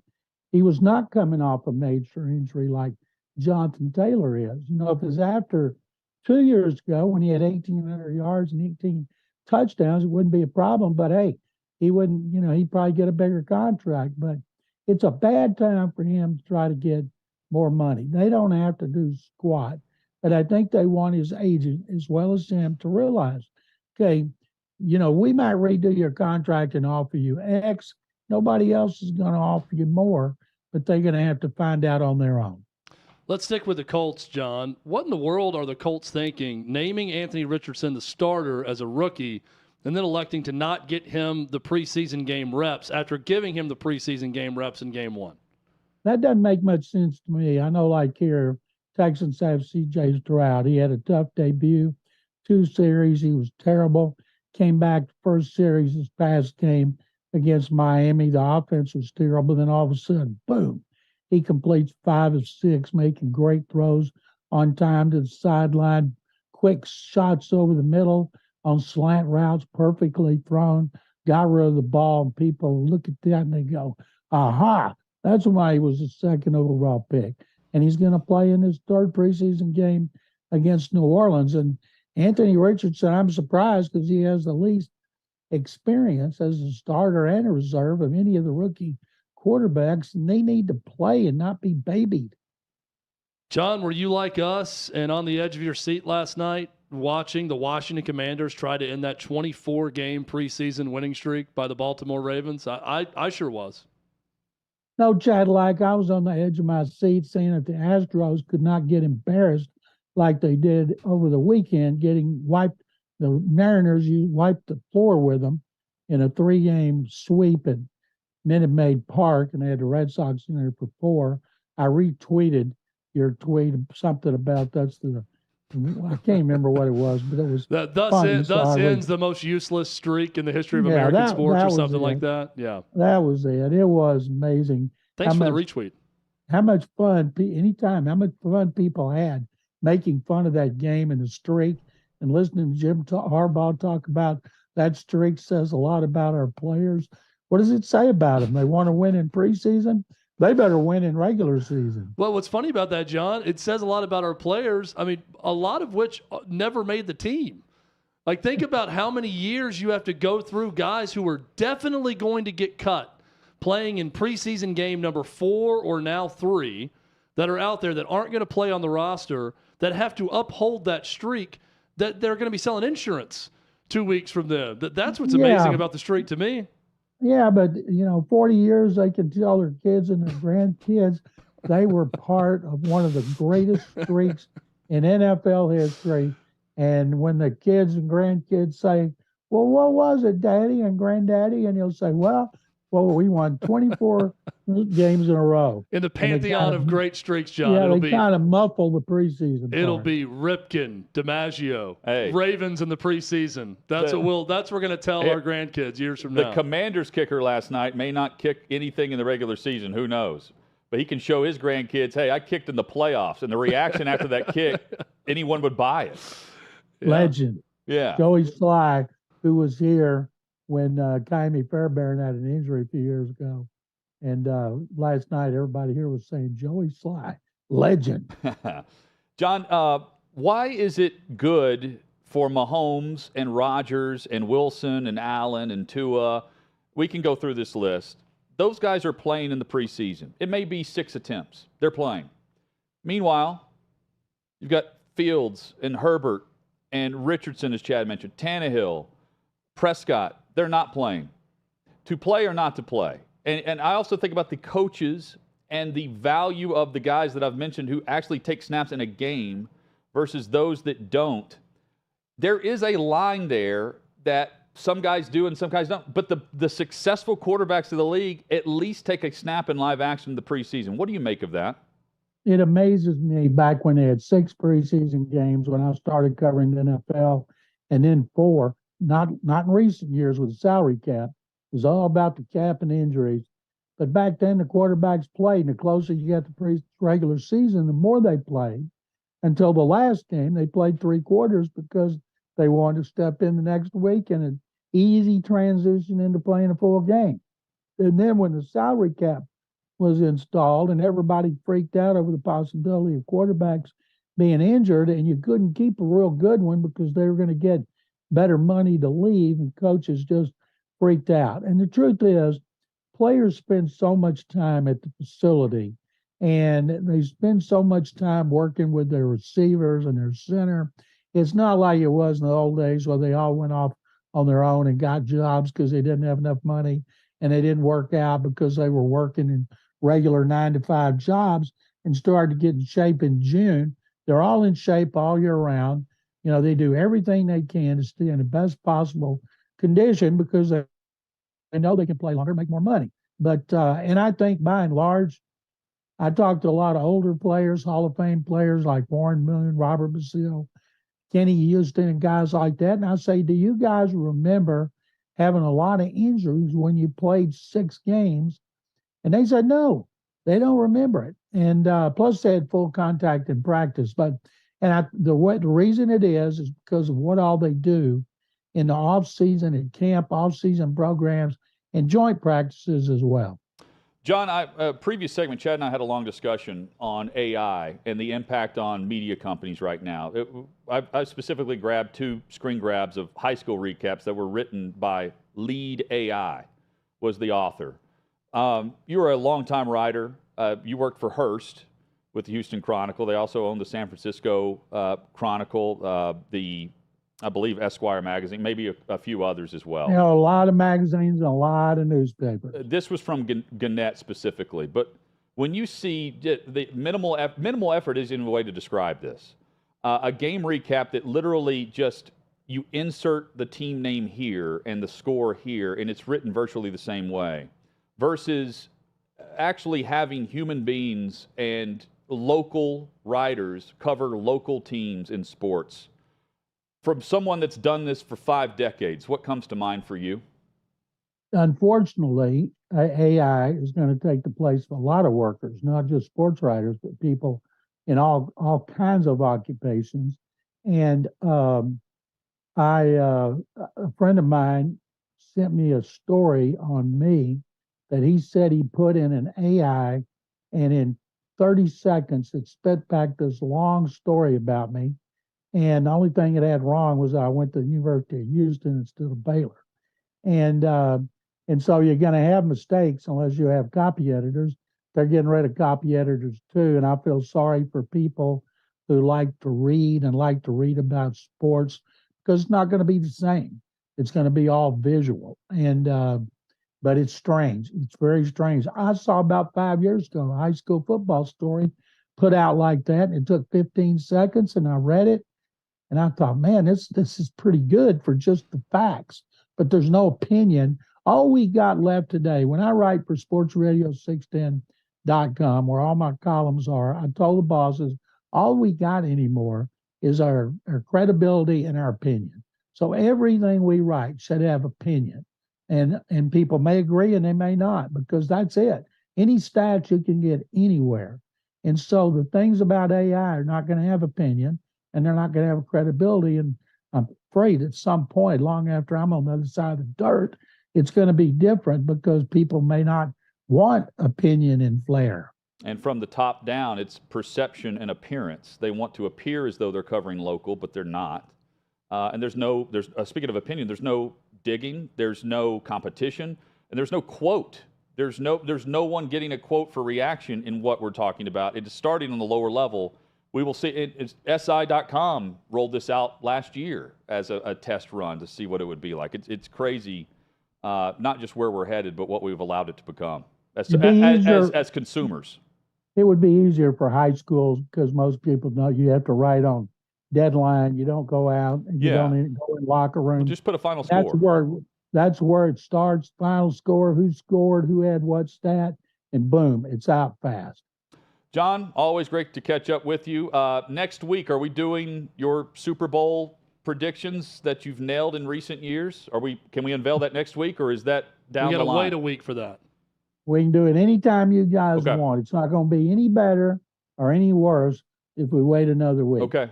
Chad and I will bring ours too next Tuesday. We look forward to that. John always has 1, sometimes 2, playing for the Lombardi Trophy. I feel like John gets it right every year. Yeah. He's like the opposite of Peter King. I wish that were true. I think you guys have spent too much time out at practice in the sun. But I've backed your opinion. So has Mattress Mac. You guys want to keep perpetrating that myth? I'm all for it. John, how much of... it's not my opinion. It's AI's opinion that you're very good. John, how much of heat is mental? Like when it goes from 94 to 99 and you're under a heat advisory, but you weren't at, let's say, 92 or 91 the week before, how much of it is you're walking outside expecting it to be really hot, it is really hot, and that makes you hotter? We've had 46 days with no rain and temperature over 100. Today it's about 99. But the truth is, it's the humidity here. I keep hearing people in Arizona, oh man, it's 120. You don't have, it's dry heat. You don't have humidity. I go out every day at practice and sweat, and I'm used to it. It doesn't bother me. Troy Aikman said one time when it was 108, he said, once you hit 100, it doesn't matter if it's 105 or 108. It all feels the same. Feels like temperature should be the actual temperature. That's what I've contended for years, John. I'll second. Hey, final minute here. We've asked you a lot about C.J. Stroud. What about Will Anderson? What can you tell us about the other first-round pick for Houston? Will Anderson, 3rd overall pick in the first round, had a great play against Miami, which he bolted off the line of scrimmage, flattened the running back, reached out, got a sack, stripped the ball, almost recovered the fumble. And we've been seeing that from him all along because they said they don't want to tie him down by thinking too much. They just see ball, get ball, and he's going to be tremendous. John, you are as well. Appreciate you, and we'll catch up next week. Thank you very much, guys, as always. Yeah, there's John McClain. Thanks, John. SportsRadio610.com. At McClain_I_NFL is where you can follow John and see the retweet of Chad Withrow from last night. Enthralled in the game. But in the most meaningless. Here is the end to the most meaningless streak in sports. Definitely enthralled. Did John say Cadillac today? There's always I did not hear in the YouTube chat. There's always an over/under on how many times he's going to say Cadillac when addressing me, and sometimes it becomes so commonplace. I let it go. I don't know if he used one today. Maybe he found out you're no longer driving a car. He said, "I only Cadillac guys who drive small sedans, not truck guys." He found that I was a truck guy, and he said, "No more Cadillacs for this guy." Yeah, taking away some of the women down in Texas. Well. There's no taking away John's women. His harem remains strong at all times. No and in doubt. all cities, not just in Houston. Wherever John goes, the women flock. Coming up, not many great options for Jonathan Taylor in terms of trade partners, but I'm bringing 3 to the table that I at least think have to ponder the idea. That's next on HotMic.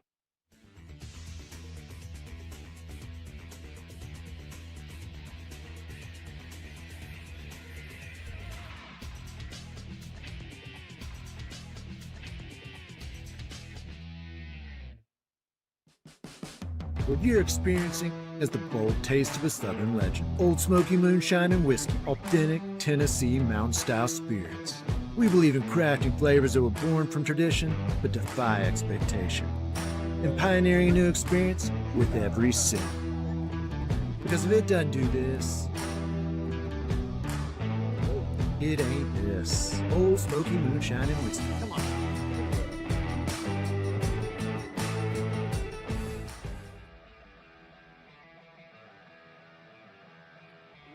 Welcome into OutKick the show. I am Clay Travis, your fearless leader. I am going to continue to argue that sports is one of the great unifying forces in all of American life. ESPN is a sinking ship. Democrats are now the party of the white, woke college graduate.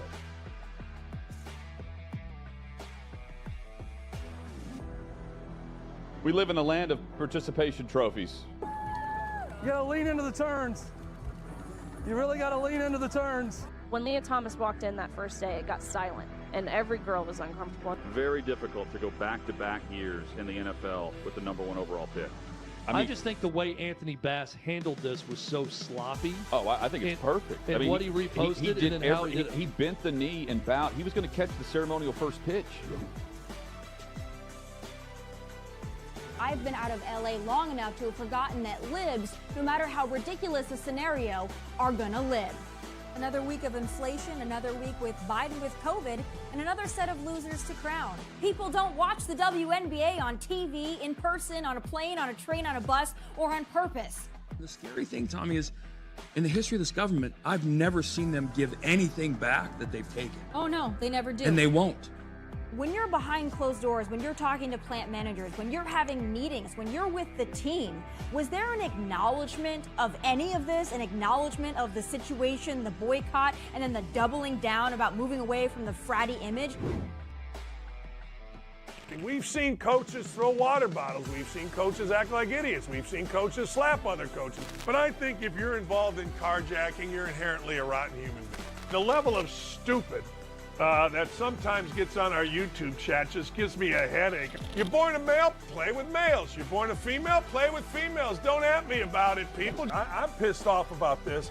I never did it before in my life, but Trump is being cheated. The American people are being cheated. We, ladies and gentlemen, are being cheated. I believe this person is the greatest player anybody alive will ever see. How can you hate Derek Jeter? A guy's on-base percentage tells me his batting eye, and a guy's slugging percentage tells me if he's a threat. That's the kind of guy that throws a no-hitter, that effectively wild guy.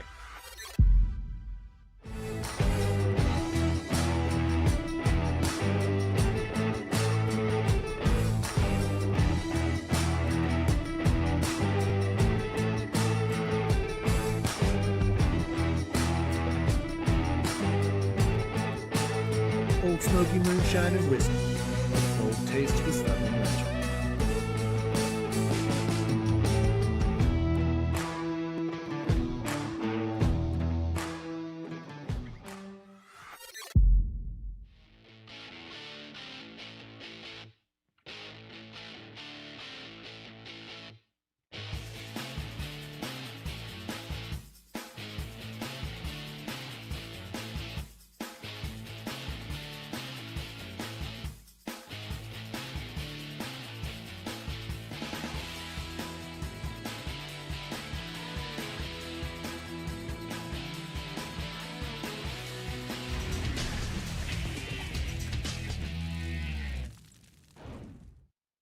HotMic with Hutton and Withrow rolls on here on OutKick. 6th and Peabody, our location with EHA Beer and Old Smoky Moonshine. Chat is Chat's on fire today. Love it. Love hearing that. Loving the chatters today in the chat. We immediately go to break, and Chad says the chat is hopping, which It's is hopping. very good.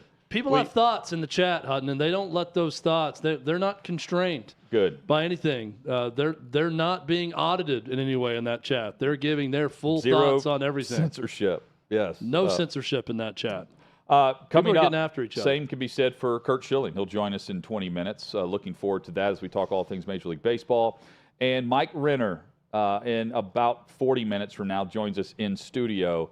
We will discuss the rookie crop coming into the NFL, what he's seen from the preseason, formerly of Pro Football Focus. We also have to now here in discuss Nashville. Mike Renner's hair when he was on The Bachelor. Or was it The Bachelorette he was on? The Bachelor would be... He was not The Bachelor. He was on The Bachelorette. Oh, he was, okay. So he was one of the, he was not The Bachelor. Like there's The Bachelor and there's The Bachelorette. The Bachelorette is paired with a bunch of dudes. you. He was one of a bunch of the dudes, not the dude. Jonathan Taylor's trying to be a bachelor currently. He needs a trade partner. He's trying to get rid of the girlfriend, and the girlfriend's like, if you can find something better, have at it. And so his agent, they're shopping. They're trying to see what they can get if he were a free agent. The problem is the Colts get something in return, unlike free agency here. And it's difficult to look around the league right now in August at the backfields and knowing the value at running back, which is evident and apparent because it's hard to place Jonathan Taylor, who is extremely valuable in production. A year ago, came off a season where he's averaging 5.5 yards per carry. Now he's on PUP. Now he's disgruntled. He wants to get paid. He's going into the final year of his deal.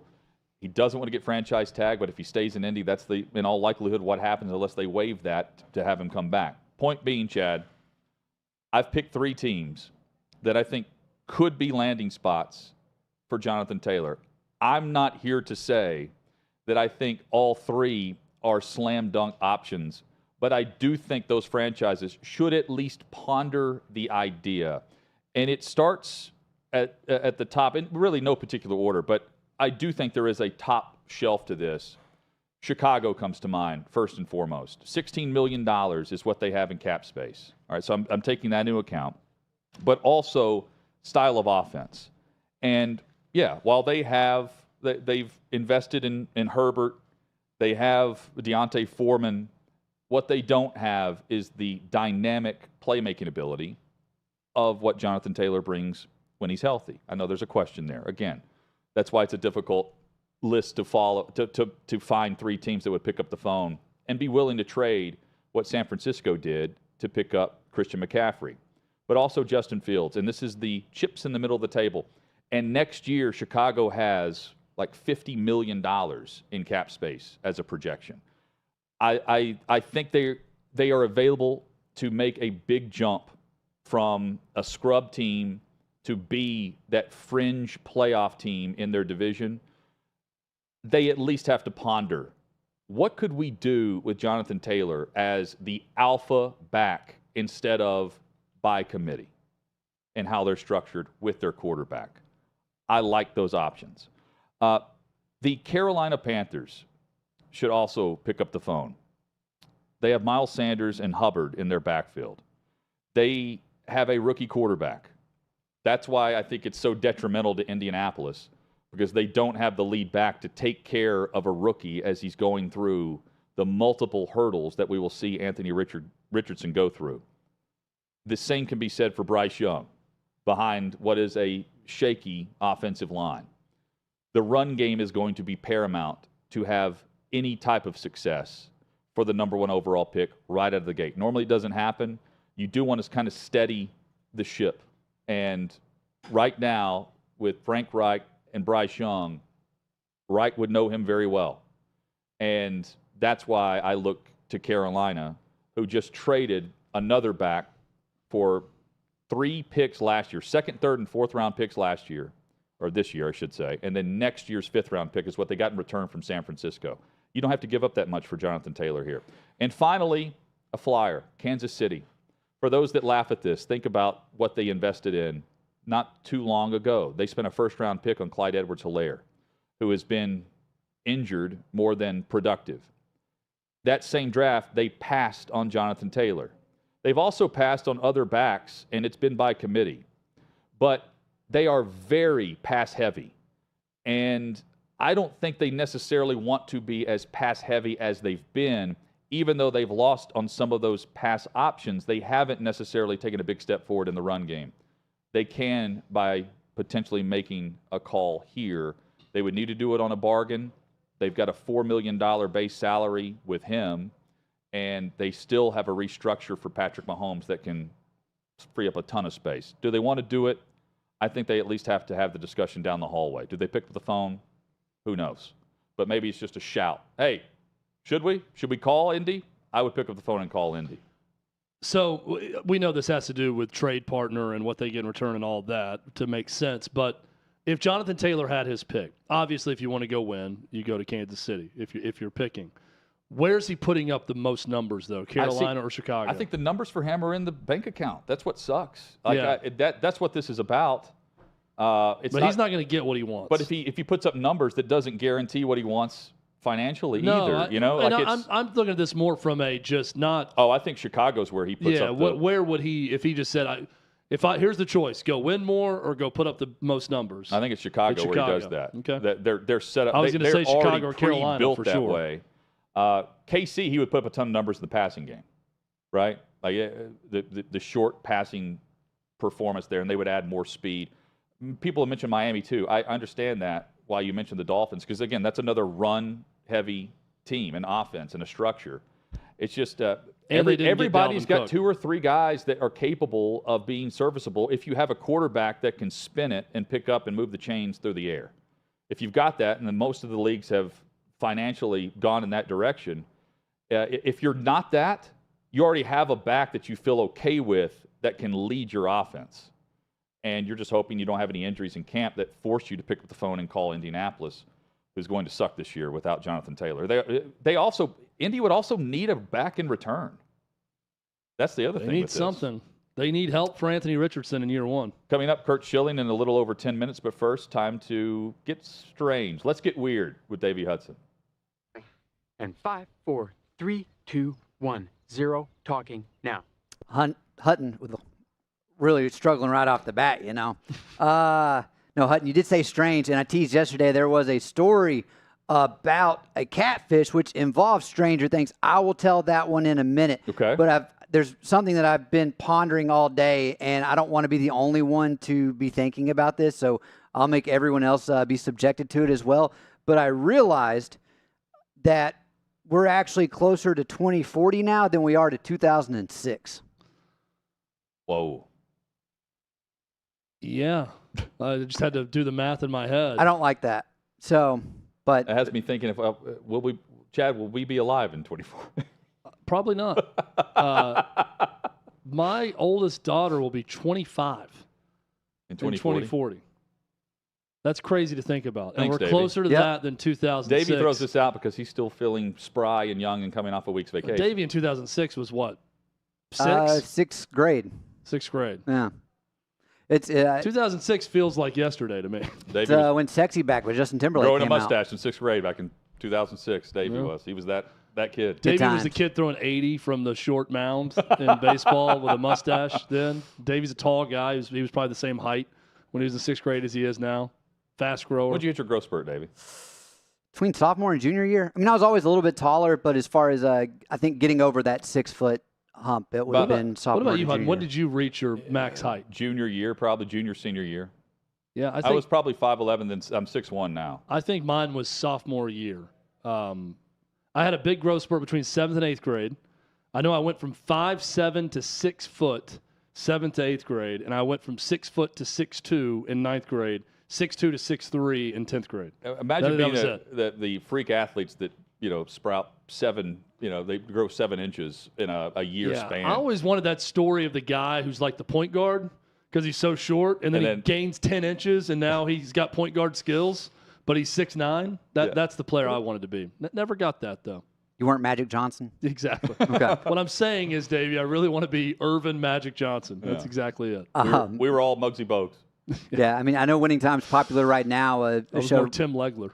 We've been talking about a little bit off air, though, and just when are they ever going to get it done is Stranger Things. But that leads me into my first story for today, where there was a woman who, she just goes by the name Michaela, and she went on the YouTube channel of Catfished and detailed how she was catfished by Dockery Montgomery. Now, Dockery ended up playing Billy Hargrove in seasons 2, seasons 3 of Stranger Things, and it's one of those things where it's like, yeah, you might get catfished, but to what extent? And I mean, and sometimes in life, you just have to take a gamble. Well, it turns out she ended up divorcing her husband, and then the guy pretending to be Montgomery ended up taking $10,000 from her. So, it's just really one lump on top of the other whenever it comes to this. So she thought the guy she was talking to was the actor from Stranger Things? Yes. Okay, so it wasn't the actor from Stranger Things catfishing her. It was someone pretending to be him, right? Correct. Okay. I just wanted to make that clear because when I first saw this, I'm thinking, why is this dude, this hot guy from Stranger Things, out there catfishing lonely women? Yeah, but it was someone else using his identity. I want to see what this dude, the catfisher, looks like.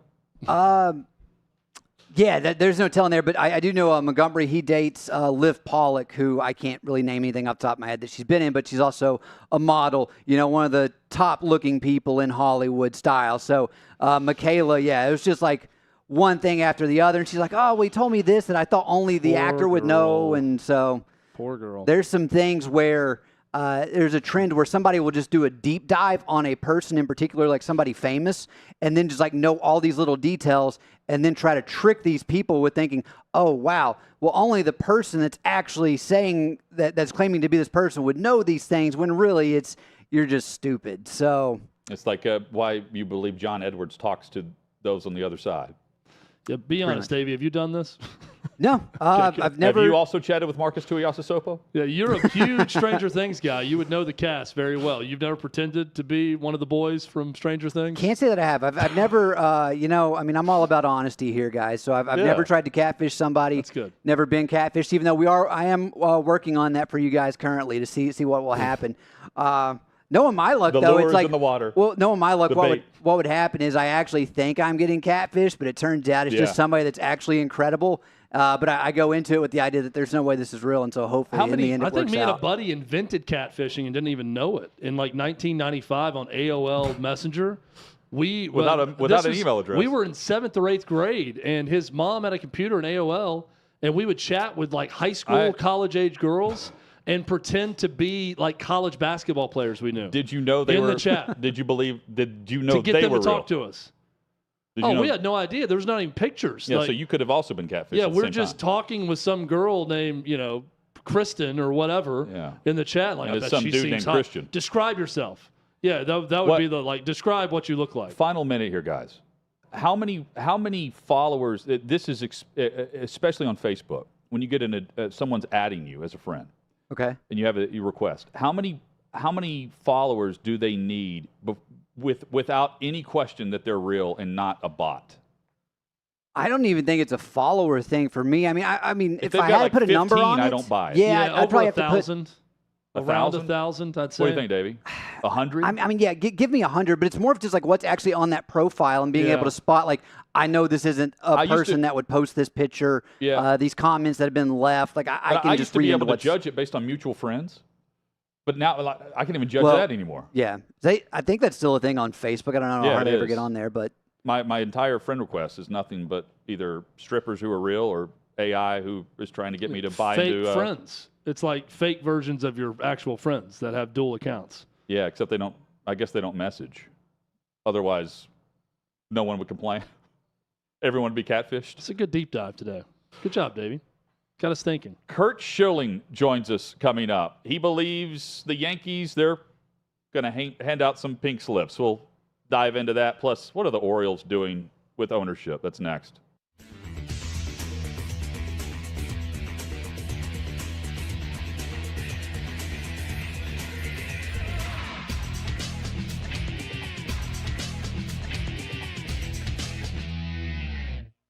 GOP presidential candidate Vivek Ramaswamy thinks that all voters should be able to pass a civics test, so I'm here on Broadway to see how we're doing.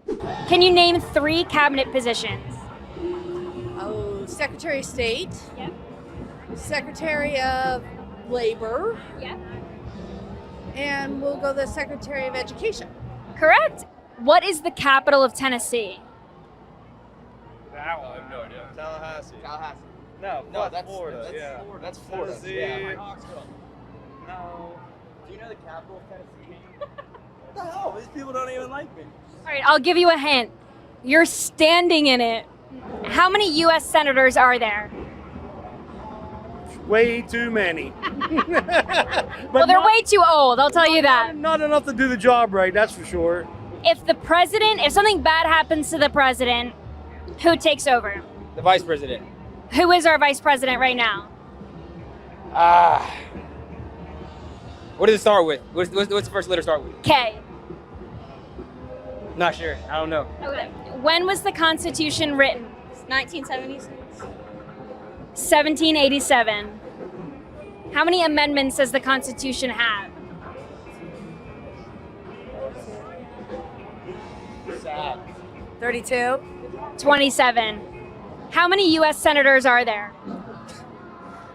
Damn. More than 50. That's true, yes. Because there's 50 states. There you go. And how many senators are from each state? 2. So how many is that? 100. There you go. It's just basic math. You got it. I have to really think. What ocean is on the east coast of the United States? Pacific? East Coast. Atlantic, then. There you go. If something bad happens to the president and the vice president, who takes over? First one up from Congress. And who is that? Some old man. Do you know what ocean is on the east coast of the United States? Pacific? Atlantic, sorry. Wait. Atlantic. What is the capital of Tennessee? Nashville. It's Nashville, guys! How many years do we elect a senator for? 4. 6. What about a congressman? That's 4. 2. It's just a trick question. So. Before he was president, Eisenhower was a general in what war? World War II. He commanded Operation Overlord and D-Day invasion. Correct. Okay. When was the Constitution written?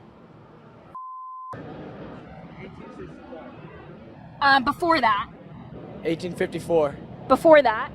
1818. Before that. 1777. After that. 1789. Before that. 1784.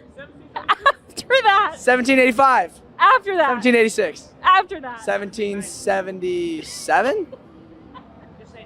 After that. You were so close. 1778.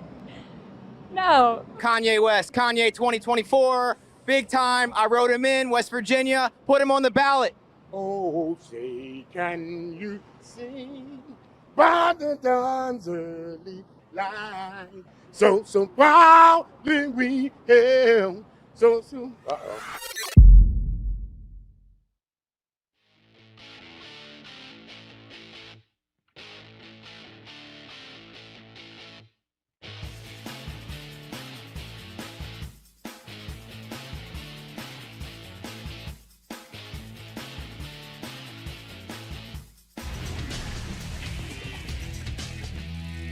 You know what? I'll say it, and you hear it here first, and I don't want to be first, but Aaron Boone's going to get fired, and that's going to suck because none of this is his fault. And every player in Yankee pinstripes that know, and these guys know Aaron, and I promise you they care very deeply about this guy. He's the kind of guy that warrants that kind of emotion. Every one of them should feel like crap because it's their fault he's going to get fired, period. You couldn't ask for a better, more calming influence. I guarantee you there's no panic in his voice. But, correct me if I'm wrong, but as a player, it always felt like Yankee fans wanted to see panic when they were losing. They didn't just want to panic. They wanted the organization to panic, right? You heard, I think earlier, what was it, last show, didn't we, John? We were talking about last show, trade Judge, trade Cole, blow it up. And it's like, no, number one. And you almost can't, number two. So if you can't fire the players, and firing anybody else would be meaningless to the field results, you got to fire the manager, the coaching staff. And unfortunately, I think that we're about to see that. And that sucks because it's not his fault. And I'm telling you, Yankee fans, you're going to regret this because he's going to go somewhere else and win a whole lot of games. This guy's as good as they come as a human being. And these players, the part of me feels like there's a potential that they're trying too hard, pressing too much. Because I think of them as some good guys as players, and they want to succeed for this guy. He's just that kind of guy. There's Curt Schilling on the most recent Curt Schilling baseball show, available at OutKick.com. Welcome back. The final hour, just like that here. HotMic with Hutton and Withrow across the OutKick network. And Curt Schilling joins us as we kick off the final hour. Curt, good to see you. Love the podcast. And I'm curious from this angle, if the players really don't want to see this happen, could Aaron Judge save his job by just speaking and saying he needs to be our manager, he should not be fired? Absolutely.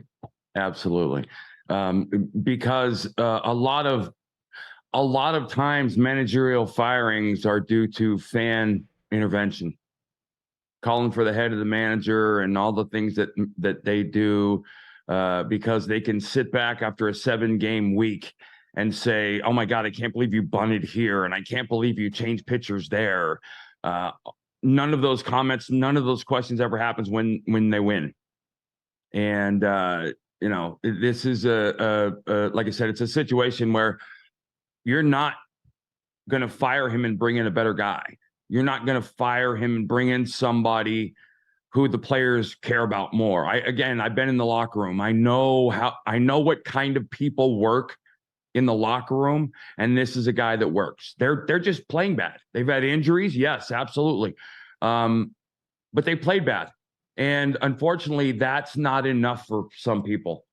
I say it often on the show, guys going in slumps and all the things that go with that. It's hard. It's a hard game. And sometimes it doesn't work out. And, there's this, like I said, I'll give the Angels are a great example. The Angels went in at the deadline, right? Everybody thought that they were going to be sellers. They went in. They couldn't win a game after the deadline. Is that the manager's fault before the deadline and not after the deadline, or vice versa? Or is it the players' fault? Players they got didn't come through. Go ahead. So sorry, Curt. I was going to say, when you look at the core of that Yankees leadership group, led by Aaron Judge, do they have what it takes to bounce back from this season and what we've seen? Not this season, no. But yes, next year, absolutely. That's an enormously talented team. Giancarlo Stanton was hitting 199, I think, yesterday. 275 on base percentage. That you're not getting there with him hitting 199. You're not getting there with this kid Volpe at shortstop who he's not hitting the way they wanted to hit. Certainly, probably playing, as well as they could ask. But New York requires different things from players and managers than other places. And when you don't get them, it's magnified. In addition to probably having some of the worst media in sports, who, I always say we talked about this on the show, in New York, Philadelphia, Boston, you have to play 3 games a day. You have to play the pregame media, you have to play the game, and then you have to play the postgame media. Every day, there's 3 games. And so you have to go 3-0 every day, or else the next day is, can you believe what so-and-so said? And hey, this guy said he doesn't want to be here. And hey, this guy said that, and that can wear. And when you're not winning, it's a nightmare. I played for quite a bit of time in Philadelphia, and we stunk. And there was always that 3-game set every day, and it gets tiring. Curt Schilling with us on HotMic with Hutton and Withrow across the OutKick Network. You can check out the Curt Schilling Baseball Show at OutKick.com. Hang with me here on because I'm going to play into what's on your shirt. You identify as conspiracy theorist. Does what's going on with the roster with the Yankees right now kill any idea of Major League Baseball juicing the baseballs? That they took away the spider tack to get runs up and homers out of the park. If any team should be raking and magnify the fact that the homers are back, it should be this lineup. And you just mentioned some of the batting averages that are just pathetic compared to a year ago. Doesn't this debunk any of that? Sure. And yes. And also I can tell you, they always talked about, if you listen to history, people that have been in combat talk about fear is a contagion on the battlefield, and it spreads like wildfire. Lack of success does the same thing. I mean, you guys know as fans are always this way, and I find it funny because in my head, I would play it through. You know how many times a night somebody on the bench goes, "Here we go again. Here we go again." And if the players are doing it, the fans are in the stands doing it 5 hitters earlier, and they're booing, and they have a right to boo, and that's part of the game. And if you did, I got to tell you, if you didn't have a stronger manager and stronger leadership in this clubhouse, it would be a complete crap show in the newspapers in New York. And it's not that you're not hearing the bickering and the backfighting and the fighting, all the things that go with that, is a testament to some of the leadership. I know that doesn't help the fans because they still stink and they're not going to make the playoffs, and they might have a losing record for their first time in 3 decades. Boo-hoo, Yankee fans, get over it. Right. It's just the way it is. And not everything, athletes, I think at a professional level, the good ones, and there's a lot of good ones there, they have a way that, and I believe I could will myself out of things. I could find a way, for me, one of the things as a starting pitcher was, I was a stopper in a sense. If we were on a losing streak, I was going to stop it. And you had guys who would take it personally and take it on the field and fix it. And sometimes it just doesn't work. And one of the challenges I think, and probably to their advantage, is that the unbalanced schedule this year, the balanced schedule this year, has seen them play less games in the division, which you would think would lead to more wins, and it's done the opposite. So, all the data points to the players have just played bad. There's no, and they have had injuries. Everybody has them, and that's not an excuse. But I promise you, Aaron's not sitting in there saying, gosh, if we had these guys, we'd be better, or anything like that. He's not towing that line. And like I said, I've known him for a long, long time. And there are a couple guys I've always felt as managers that you're not going to do better, because now the game's changed dramatically. This is not about the manager knowing when to hit and run or bunt a guy over or any of those things. This is a personality contest, managing people. that is what a manager in the big leagues job is to do, which I think is one of the reasons why you've seen an aversion to old school managers, because the GMs have sabermetrics. They want to tell managers how to manage. And I think there's less of that going on in New York than in other places. But, it sometimes life is actually Occam's razor, right? It's the simplest explanation is that they just suck and they're not playing well. And, I know that, again, that doesn't help anybody.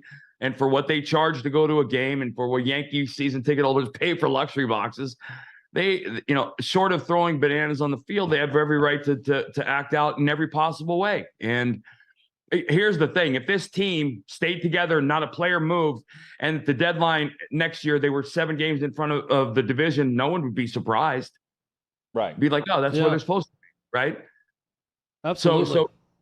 So this is where it comes in. The guy, I just don't see how, with all of these things stacking up, Aaron survives. I hope he does.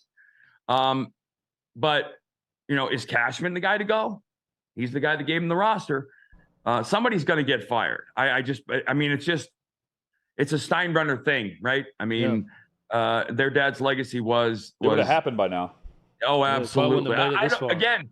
I don't know, because while he was that guy, he was also a guy who was smart enough to understand the landscape with which he was playing in. It's a different game now. And, like I said, I'm not sure, because if you bring in a new manager next year, you have to go through that whole courting process. He has to get with the media, and he has to get the okay from the media, and the media has to buy in, and all of these things outside of, and maybe that's a good thing. Maybe those questions are what you do to alleviate the next spring training is, you guys sucked last year. What's going to change? Curt, you were one of the great starting pitchers. John Smoltz was also a great starting pitcher. Listening to him talk about the Braves on the Fox broadcast about a week ago, he said something that jumped out to me that I wanted to ask you about. He said it wasn't going to take a lot of good fortune for this team to be a playoff team. But when you're this good, when your lineup is this good, you're going to get lucky along the way. And the example he brought up was, there's no way the Braves could have known that Orlando Arcia was going to start in the All-Star game when they let Dansby Swanson walk. You expect to have a drop-off at shortstop when that happens. And those are the types of things that click to take you from really good to possibly great. When you watch this Braves team, do you think great with this lineup and what they're doing? Well, here's the thing. I think 2002 was the last time I saw a team hit its way to a World Series trophy. The Los Angeles Angels in 2002 slugged their way to a world championship. I don't think it's happened since, for the most part. I don't look at a lineup going into the playoffs for the most part. I look at the starting pitching. I look at because in the big leagues, in the playoffs, you go from 11 to 13-man staff to about a 7-man staff, right? You have relievers you don't throw. You have starters who don't start. And generally you'll swap a pitcher or two out for a pinch runner kind of guy or a pinch hitter kind of guy. I look at the top 3 starters and the top 4 relievers. And John Smoltz is the perfect example. When you go back to the 90 Braves, they've made the playoffs for 15 straight years. They won 1 World Series. Why is that? Wasn't because they always had a good offense. If you remember, they brought in McGriff and Justice, and they brought up Klesko and all these guys. It was because Smoltz was the only swing and miss pitcher in their starting rotation. Look at Maddox and Glavine. They're Hall of Famers for sure. They didn't scare us in October. They weren't, because they didn't make you swing and miss, and at bats are different in October. Smoltz, look at his record. He did. The Braves have, I think, 3 swing and miss starters now. 3 guys who could go out and, the starter that can win a game on his own. The starter that can go 7 2/3, punch out 12, give up 2 hits and no runs, and have it be, that's his game. And then everybody in everybody's bullpen is a thrower. Everybody throws 100 now. So you don't have any lefty on lefty guys. You have a bunch of throwers in the bullpen, which is why I think you'll see now and in the future, you'll see more late inning heroic home runs and stuff like that, because so few pitchers exist in major league bullpens now. It's all about throwing as hard as you can throw. And last year, watching the postseason, it was a rife example of that. But I look at them, and yes, I love, Acuna's a generational talent. My God, almost potentially a 50-50 guy. CS is, as you said, but I don't look at, because those guys get game planned for way harder and way better and way more. They don't face a number 4 or 5 in October, right? You don't see anybody's 5th starter. You don't see anybody's 13th pitcher. You see starters 1 to 3, and you see 3 or 4 or 5 at most arms who pitch in the postseason. So I look at them as an October threat. And yes, you're right. They got lucky in a sense. I don't look at that as luck, just like I don't look at the Orioles as luck. They scouted and drafted like they always do. They draft and scout like the Cardinals have always done. They draft guys that come to the big leagues and they're baseball players. They have that 6th tool that sabermetricians cannot identify and despise being called out because it exists and it's real. And all the guys that come to the big leagues with the Braves, and they've done it for 3 or 4 decades. Their ability to work a pitcher into the big leagues and get him into the rotation is second to none. They always bring up huge quality arms, and these guys are always potentially dominant starters as young players.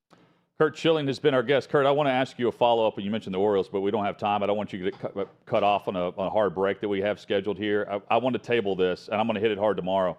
I agree with you that the Orioles are legit. The problem is I don't think they're like the Braves. They're not going to win it because their owner won't shut the hell up and allow them to just go win instead of talking about the future. And get your guy with his finger on the bleeper. The Angelo's comment the other day about we can't win unless we raise prices massively is complete bullshit. Yeah, and it's a huge distraction. And that is why the owner will be the reason that they don't get it done, not the young stars. The ownership is the reason they suck for 2 decades, and the ownership is going to be the reason they don't have a consistently winning team going forward if they don't spend. Curt Schilling has been our guest, host of the Curt Schilling Baseball Show. OutKick.com is where you can find that. Curt, it's always great, man. We love these discussions. Can't wait for the next one. Look forward to it, guys. Thanks, have Curt. a great week. You too. Appreciate it. You too. Curt Schilling there. He's right. I mean, everyone knows it except for Angelos himself. They're ruining what has been a great season. They're the 180-degree turn from the A's, but ownership is virtually the exact same in terms of distraction and not really caring. Football discussion next.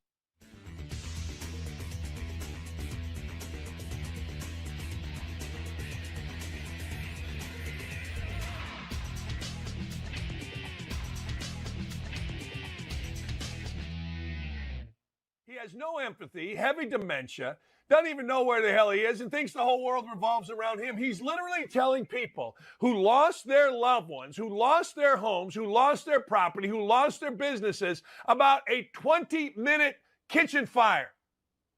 That's a kitchen fire. And this jackass goes on and on and on about a kitchen fire. It wasn't he almost lost his home. I mean, do a little research. A kitchen fire. That's all it is. And this guy has the audacity to go in front of people who lost their island, their city, their homes, their livelihoods, their relatives, and discuss himself. And I can't even, I'm speechless. Every time I see it, I get so pissed off, I can't even tell you. I mean, stupid and arrogant are the worst 2 things a people can have. If you're smart and you're arrogant, you at least know you're arrogant. If you're stupid, like the dude started out last in his class in everything he's ever been. Now let's get that. The dude cheated on his first wife. The dude is stupid. And stupid and arrogant is no way to go through life. It's the deadliest combination. Deadly. Couldn't be a worse combination. And this guy's got it. He's so arrogant and he's so stupid and he's so not out here, and we got to listen to it. We seriously have to listen to this. I thought there was nobody worse that I ever wanted to listen to than George W. Bush. And then Obama came along with his blah, blah, blah, blah, blah, blah, stupid ass stuff. I mean, his idiotic, trying to be on the wall, every wall, trying to be smarter than he is, blah, blah, blah, blah, blah. And now we got this. This is just embarrassing. This just make you mad. This make you mad, and you got to say to yourself, hold the phone, hang on here. This is horrible. This is a horrible human being speaking to people that have lost everything And this guy is talking about himself, comparing himself. He was so stupid, he stepped off a curb. Now, we're not going to show you the video. He stepped off a curb in front of firefighters in Lahaina, after the biggest wildfire in American history, and jokingly said, oh, the ground's hot. Well, no kidding. They just had the biggest wildfire in American history, you idiot. And he thinks he's being clever, and people guffaw. It's like Peyton Manning. He said, he said, I can't believe that guy's so funny. It is amazing to me. It is astounding to me. It angers me to no end. This jackass, this arrogant fool gets up there and represents us, and he don't give a rat's double about you or me. Not even kinda. Not even sorta. He don't care about you, me. If he can't promote it, if he can't profit off it, he don't care. It's a career politician, hasn't done a damn thing in his life. I mean, you're sitting there and you've lost everything that you have, and this guy's telling you about, oh, I don't know, a little kitchen fire. Really?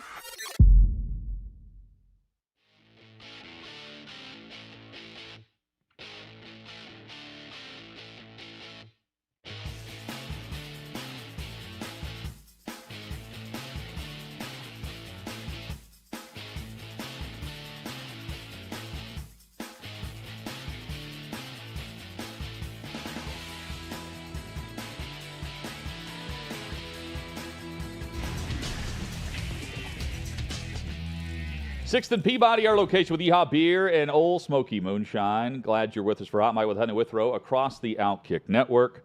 Our thanks to Lou Holtz, John McClain, and Curt Schilling for joining us throughout the show. If you missed portions of that, you can find it on demand wherever you download your podcasts. Also, just by going to the YouTube channel, searching OutKick. Hit subscribe while you're there if you like the content, and we hope you'll check out the show, portions that you missed, or live each and every day, 3 to 6 p.m. Eastern. Mike Renner was a fantastic guest throughout the draft of this past April, leading up to what was pure craziness, as usual. And now he joins us in studio. Nashvilleian, Mike? Yes, recently. 2 weeks here. Love it, Welcome. man. Absolutely loving it. What do you think? Welcome to our town. What do you think of Music City? Oh, I mean, it truly is a different place than like anywhere else in America, and everything that's different about it, I'm a fan of. So, yeah, big fan already. On the screen right now, it says Mike Renner, the Messenger. This is not just a nickname. This is that would be a great nickname, by the way. The Messenger, Mike Renner. Very biblical. I haven't actually fully announced it yet, but I have been working with the Messenger for a month. We're launching our sports section in a couple of weeks, so please be on the lookout for that. We have some big things planned on the football side of things. In the meantime, at Mike Renner _ is where you can follow him on social. Some fans of the Bachelorette may remember Mike. They probably won't, from actually. season 14, eliminated in week 3. But what you could never forget is this beautiful mane of hair that Mike had on the show. I actually Mike, grew that out because of Tim Riggins. Yeah, that was the reason why I was, and I have a dog named Riggins. So I was a big fan of Friday Night Lights. Well, that's what I was going to ask you, because you actually have a profile at the Bachelor wiki page for fandom. Oh, wow. Just tell me if these things are true about you. You mentioned your bulldog Riggins, which I love the Friday Night Lights reference. Mike loves festivals, horse races, and state fairs. Are all of these things true? So they are. I do, but they had you fill out a questionnaire. Like I thought it was just, and like this was well before I even got on the show. Like when I'm just like applying to be on the show, they fill out a questionnaire, and I just offhandedly wrote some dumb stuff down, and then all of a sudden, it pops up on the screen, and that's like below my name, and I'm like, man, I've been to like 2 festivals in my life.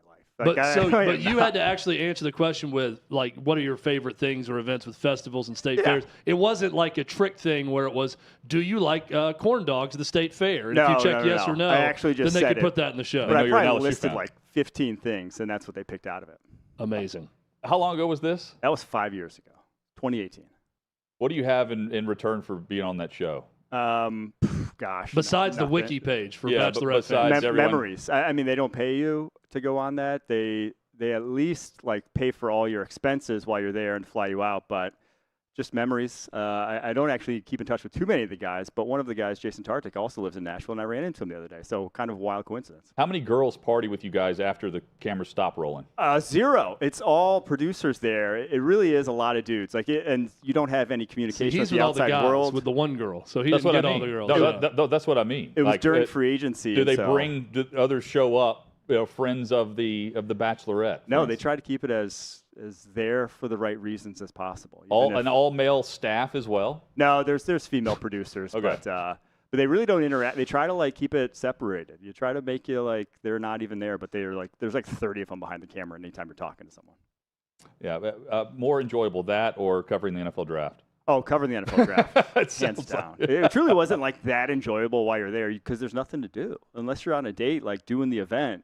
You're just sitting around in a house with 30 guys. It's not the best feeling in the world. It's like in the studio right now, Jeff. Yes, every day for us. Yeah, talking ball. Hey, so we're basically on the Bachelorette, is what I'm hearing from Mike. This is great. Yeah. The Outcasts. Mike Renner with us. So you had Bryce Young #1 on your board. He ends up #1 to Carolina. Is he in the best spot among the rookies that we're going to see start the season with C.J. Stroud and Anthony Richardson? Does he have the chance at the best chance, even though they're always slim for rookies, at immediate success compared to the others? I think he does just based off of who he was as a prospect. Truly, I put him in a category close to guys like Joe Burrow and Trevor Lawrence as opposed to Kyler Murray's or other guys who have gone #1 overall at the quarterback position just because that's how well he played at Alabama. There were no duds. There was not a game throughout the process that I saw anyone point to and say, that's what I'm worried about with Bryce Young. It's just that he is an outlier with his size, and that's the one thing that maybe he's going to get injured more. Maybe he may not work the field in the NFL the way he did in college because of the size differences. But truly, there wasn't a lot to point to on tape that I got worried about. So I do think he's going to hit the ground running more so than any of the other guys. But best situation, I think Anthony Richardson went to a really good spot for him to succeed with Shane Steichen there. What he did with Jalen Hurts, kind of tailoring that offense to his rushing ability. They could tailor it more than Florida ever did to his rushing ability. He really wasn't a threat in that offense the way he could be at the NFL level for such a special athlete. So I like what Indy has in place for him to succeed. Maybe not right away because he was obviously such a project, but in time. Yeah, and that's one thing Jalen Hurts had that Richardson did not. That's experience coming in. Started a lot more games at 2 different programs with Alabama and Oklahoma. Richardson doesn't have a lot of starts under his belt at Florida. How concerning is that as he gets ready for this rookie season? It's concerning, and I'm not going to sweep it under the rug, but it's good that he's getting already the starting reps, locked down as the starter, doesn't have to worry about anyone breathing down his neck, doesn't have a Trey Lance situation where Trey Lance needed those reps 2 years ago, and he's still not getting those reps. Anthony Richardson's going to get all he can hope for to succeed. So if you're thinking about him being a high-end passer as a rookie, I don't see it happening. He truly just is too inconsistent with his footwork, too inconsistent with his accuracy to just 1 year, over the course of 6 months, clean all that up. But he's going to get to kind of this trial by fire, and you already saw with that first preseason game. The pick he throws on that RPO, I guarantee he's not going to throw a pick like that anytime else the rest of the season after learning from mistakes. Let's stay with the rookie quarterbacks a bit. C.J. Stroud with Houston. I don't know how much you get into preseason strategy with young quarterbacks, Mike, but we saw the Texans start C.J. Stroud behind backup offensive tackles. It did not look good.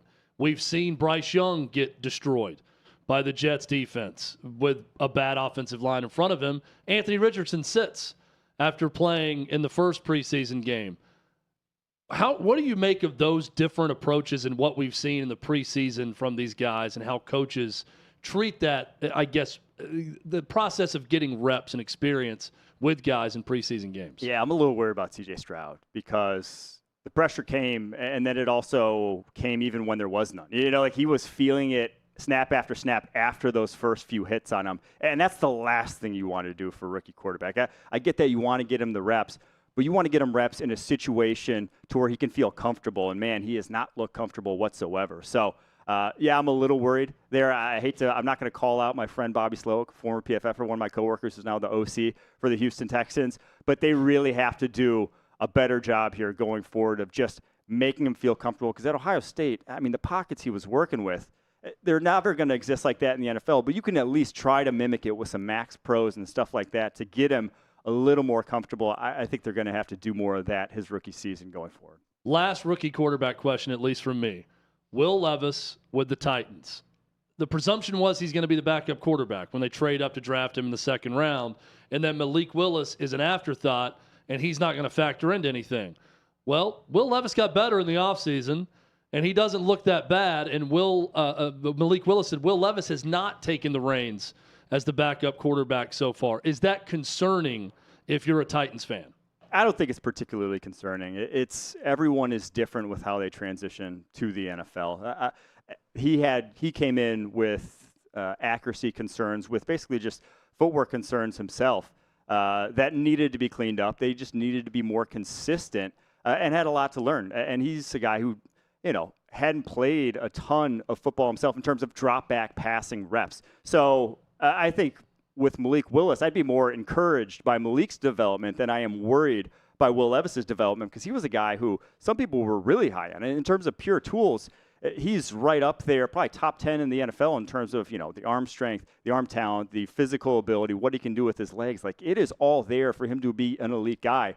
So to see the incremental changes, every year going forward, getting better, kind of like he did from Auburn to Liberty, I think that's really encouraging. And now it just gives you two options, right? I think if you're a Titans fan, I'm just happy that I have two guys who are supremely physically gifted that are kind of going neck and neck and pushing each other every single day. Mike Renner with us in studio, and HotMic with Hutton and Withrow, formerly PFF Mike, now at Mike Renner _ is where you can follow him. Sauce Gardner, Garrett Wilson. Not necessarily same team here, Mike, but do you have a feel for, these two guys, offense, defense, has a great shot of being instant impact, Pro Bowl, all-pro status that we saw from those two now in New York? Yeah, I think Bijan Robinson, if he's not an all-pro running back, I'll be surprised. It just truly because of how good he was as a prospect. I mean, just his tape at Texas was, in my opinion, even better than a Saquon Barkley in terms of NFL translatability. Saquon's a freak of nature athletically, but Bijan was running the way you need to run at the NFL level.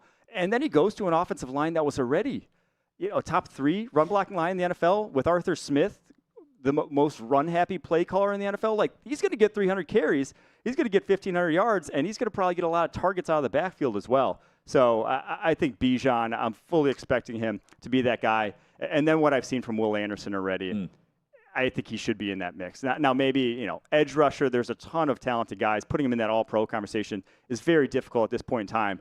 But my Lord, he has the complete skill set, the kind of movement skills at 6'5", 250 that, look like wide receiver movement skills. They kind of look like a Kyle Pitts, but flipped on the other side of the ball. So it's really only a matter of time before he joins that elite group and gets his all-pros. It may not happen year one, but he'll be kind of in that mix. College football kicks off this weekend. We really get into it a week from Saturday.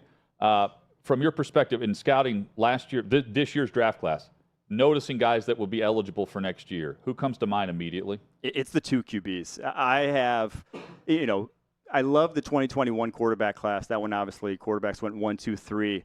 I think the top 2 in this class are better a year out. Remember that was Fields, Lawrence. A year out, everyone's like Fields, Lawrence, Fields, Lawrence, Fields, Lawrence. I think May and Williams are a better duo than Fields, Lawrence. These guys, I watch Caleb Williams, and I don't think I've seen a guy as physically all-around gifted as a prospect as him since, probably like an Andrew Luck. There is just arm talent for days. He made the first half of Utah. He probably had 6 throws in one half of football that are more impressive than, some of the quarterbacks that were drafted in this year's draft. He just is a special athlete. And then Drake May from North Carolina is such a just naturally gifted thrower of the football. He just has that innate feel. Reminds me a lot of Ben Roethlisberger in that he's just, he'll pump here, he'll go there. He just knows how to maneuver defenses to get the matchups he wants. So those 2 quarterbacks, I know we hype these guys up kind of year out every single year saying they're going to be the next ones. If they don't go number 1 and number 2 in next year's draft, I will be absolutely floored. That's how good they are already. Is Joe Milton at Tennessee possibly the Anthony Richardson of this year's draft class quarterbacks? He very well could be, because he's got a stronger arm than Anthony Richardson. I don't think I've seen an arm as strong as his, and I've only been doing this, 8-9 years now in terms of actually analyzing the NFL draft, every single pick. And I haven't seen a guy put it 70-plus yards consistently on college tape. He has multiple throws, and he hasn't even played a lot of football. Multiple throws that far down the football field. Now, Tennessee's offense is going to do him no favors from an evaluation perspective. It's just going to basically show off that cannon 10 to 15 times a game. But the man can run. The man can sling it. If he just improves his accuracy to a degree that makes NFL evaluators happy, it would not surprise me if he works his way in the first-round conversation. And final thing on the quarterbacks as we watch college. Is Riley Leonard the real deal? And if he is, could Clemson be in trouble September 4th on that Monday night? Duke plays Clemson. And if Leonard's number 3 on your list, I can't wait to watch that game. I don't put him number 3 on my list right now. I am a big fan of his game, though. I think he's still, he was only a sophomore last year. Like, I think he still has some growing to do as a quarterback. I don't think he's as physically gifted as any of the 3 other quarterbacks we've talked about, but he is really, really advanced as a passer for a guy who's only a true sophomore. If we see that continue, and obviously very mobile with his legs as well. Another guy that I put in the very well could be in the first-round mix. I really like this upcoming quarterback class. But is Clemson in trouble? The rest of Duke's roster just isn't quite there. They got Graham Barton at left tackle. Big fan of him.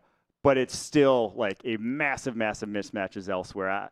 It's going to be like when Daniel Jones faced Clemson. Like, he didn't have places to throw back in the day. So I don't know if Riley Leonard will have much working there against Clemson. Want to get your take in the final minute here. So just thinking about where we're headed in the future of college football, where we are. Is it difficult, more difficult, less, with all the movement with the portal? You get a better look at guys based on different schemes and where they're going, or less? I think it's better because guys bump up divisions, right? You get a lot of guys who were playing, whether it was FCS in the past, whether it was Group of 5. Now, if they have 1 or 2 good years, they're all of a sudden in the SEC. They're in the Big Ten. They're playing better dudes. You don't get as many guys who are 4 or 5 years at schools that just aren't facing top competition. So I think it's kind of a rising tide thing. You're consolidating power a little bit, and it's obviously not great for the fans of those teams that are losing these guys. But from an evaluation perspective, it just means better tape, better players against better players is always better for your evaluations. One-word answer: will you grow the hair back at any point? Never. Okay, good. It's good to know. It was good while it lasted, though. Mike Renner, it was not that good. Always feel free to stop by. We appreciate the in-studio visit here, but come hang anytime here at the studio at 6 of Peabody. Would love to. Right down the block. I'll be here all We'll the time. get beers after next time. We'll do better planning next cheers. time when you join us towards the end of the show. Can't wait for the work on the Messenger as well. Follow Mike on social at MikeRenner_. Coming up, a rare ejection in baseball that an umpire had enough of. We got to see it next on HotMic.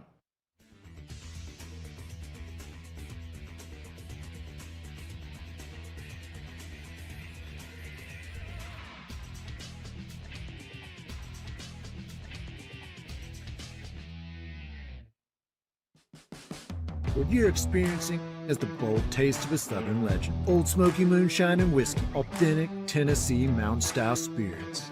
We believe in crafting flavors that were born from tradition but defy expectation, and pioneering a new experience with every sip. Because if it doesn't do this, it ain't this. Old Smoky Moonshine and Whiskey. Come on.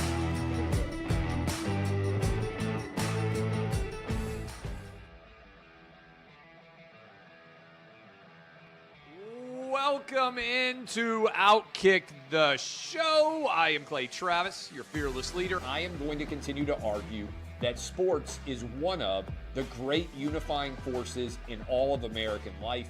ESPN is a sinking ship. Democrats are now the party of the white, woke college graduate.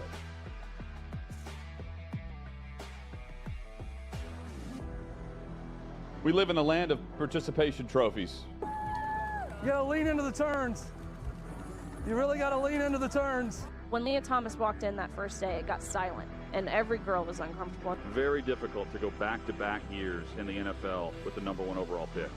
I just think the way Anthony Bass handled this was so sloppy. Oh, I think it's perfect. And what he reposted, he and then how he did it. He bent the knee and bowed. He was going to catch the ceremonial first pitch. I've been out of LA long enough to have forgotten that libs, no matter how ridiculous the scenario, are gonna live. Another week of inflation, another week with Biden with COVID, and another set of losers to crown. People don't watch the WNBA on TV, in person, on a plane, on a train, on a bus, or on purpose.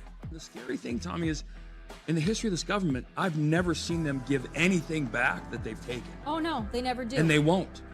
When you're behind closed doors, when you're talking to plant managers, when you're having meetings, when you're with the team, was there an acknowledgement of any of this, an acknowledgement of the situation, the boycott, and then the doubling down about moving away from the fratty image? We've seen coaches throw water bottles. We've seen coaches act like idiots. We've seen coaches slap other coaches. But I think if you're involved in carjacking, you're inherently a rotten human being. The level of stupid that sometimes gets on our YouTube chat just gives me a headache. You're born a male, play with males. You're born a female, play with females. Don't at me about it, people. I'm pissed off about this. I never did it before in my life, but Trump is being cheated. The American people are being cheated. We, ladies and gentlemen, are being cheated. I believe this person is the greatest player anybody alive will ever see. How can you hate Derek Jeter? A guy's on-base percentage tells me his batting eye, and a guy's slugging percentage tells me if he's a threat. That's the kind of guy that throws a no-hitter, that effectively wild guy.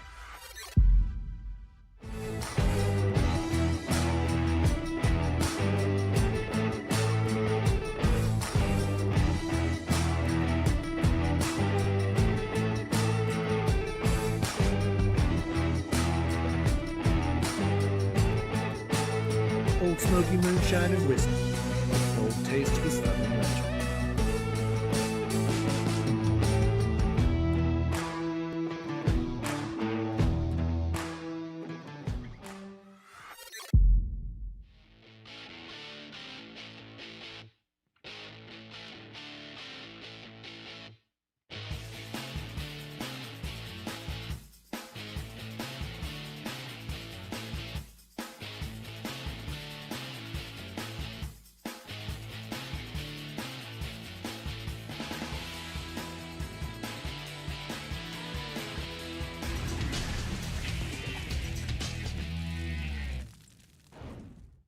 Sixth and Peabody, our location with Yeehaw Beer and Old Smoky Moonshine. Glad you're with us and what's been a fast show. If you missed portions of it, hope you'll find it on demand, YouTube channel, and more. Podcasts available at OutKick.com. Wherever you get your podcasts, you can find our podcast too. HotMic with Hutton and Withrow here on OutKick each day, 3 to 6 p.m. Eastern. Chat, so Northwestern, there's another group. We had this last week of a number of, 800 roughly? Former athletes, current athletes, others that have signed this open letter. There's another open letter that has been written and released where you have 86 ex-athletes, and a number of them are former teammates of Pat Fitzgerald, where the open letter last week that we were referencing was more... we're against hazing. The culture overall is good. And it was great for us. We loved our time there. Yeah. This one is more pointed at leadership. This open letter, this time, openly criticizes President Michael Schill and AD Derek Gragg. With Schill, the comments go on to say, there's a graph about there's no due process for Fitzgerald. There is no leadership from the very top down, and it specifically mentions President Schill. And then from Gragg, they point out his comments immediately on the shirts that the coaches and some of the players were wearing, of the number 51, us against the world mentality, and saying they immediately said it was offensive and couldn't believe that they would do that. Meanwhile, you have the interim head coach, Braun, who is actually saying, hey, I support their freedom of speech. If they feel that way, whatever. Who am I to say they can't wear that? So the open letter mentions all that. I bring this up now because, again, I can't help but think there is an external investigation that was set up by the university internally. They asked for this, and now they're getting feedback. The feedback that they told us that would be in this report, they were going to dig on the coaches, the ADs, the university, former players. They were going to get current players' opinions. Their opinions are now in open letters, and you've got the former attorney general leading this and surveying what is and what is not right within the Northwestern program. This is just another example of I don't know how Schill or Gragg survived this, given the fact that they've asked for this open, honest opinion that they've told us will be released in a report from the former attorney general to the public, unlike the 6-month report that ultimately led to Pat Fitzgerald getting fired. Yeah, Schill may survive this. I don't see any way Derek Gragg does. When these internal investigations are over, considering he's the guy who hired Jim Foster, the baseball coach, he was overseeing Pat Fitzgerald in the football program. I just... Well, but think about this, though. There's no way. I'm surprised he's still there. The line from Michael Schill has been, oh, Gragg just got here. He's not a part of fostering the culture. He made one poor hire. But if it then turns into 3 months later, Gragg not holding a position that Schill backed publicly and doubled down on, what message does that say about leadership from the president of the university that came from Oregon? Like, if Gragg had nothing to do because he just got there, Schill did too, and all of a sudden, he made the hire here just like Gragg made the hire for the baseball coach. You see what I'm saying? Like, it goes further on the branch and up the tree to me, and I wonder how much digging is actually going on versus whoever asked the AG to do the digging knows that they're not going to dig up too much on them. Yeah, and you're right. They could be in a little protective bubble and some bubble wrap in this investigation, and the orders could be, go get someone else. I always thought about this with, was it Loretta Lynch that was doing the NFL investigation? That was part of it? I'll think of it in a moment. We'll find you're talking about the Watson? There was a different one. Anyway, anytime, and this goes to the NFL did this, anyone, when you were paid by someone to find something, I think human nature usually leads you to not find things on the people paying you, if that makes sense. Like, if you're paid to do an internal investigation, but you're getting big checks by the NFL. Oh, you're thinking of the Snyder and the Mary Jo White. No, it was one before that. I forget exactly what they were looking into. But my thought is always, well, of course they didn't find all that much wrongdoing with the people paying them to do the investigation, whether it be NFL, Northwestern, anyone else. So I'm always a bit skeptical. If it's not just completely outside counsel, and you want someone with complete impartiality, no bias. I also don't want a Michigan AG coming in that's a Wolverines fan looking at it. And that was also mentioned in this letter. But I want someone who doesn't care at all looking into it. And I just don't think you can be that when you're getting a big paycheck by Northwestern University. So I will be shocked if they come back and say they need to burn the whole thing down. Michael Schill is an idiot. Gragg is an idiot. Get rid of all those guys because they're the ones cutting the check. It was Loretta Lynch. You crushed it. Yeah. Former AG. That's the one I was thinking about. For racial discrimination. That's the one. That is the one that I was thinking the whole time.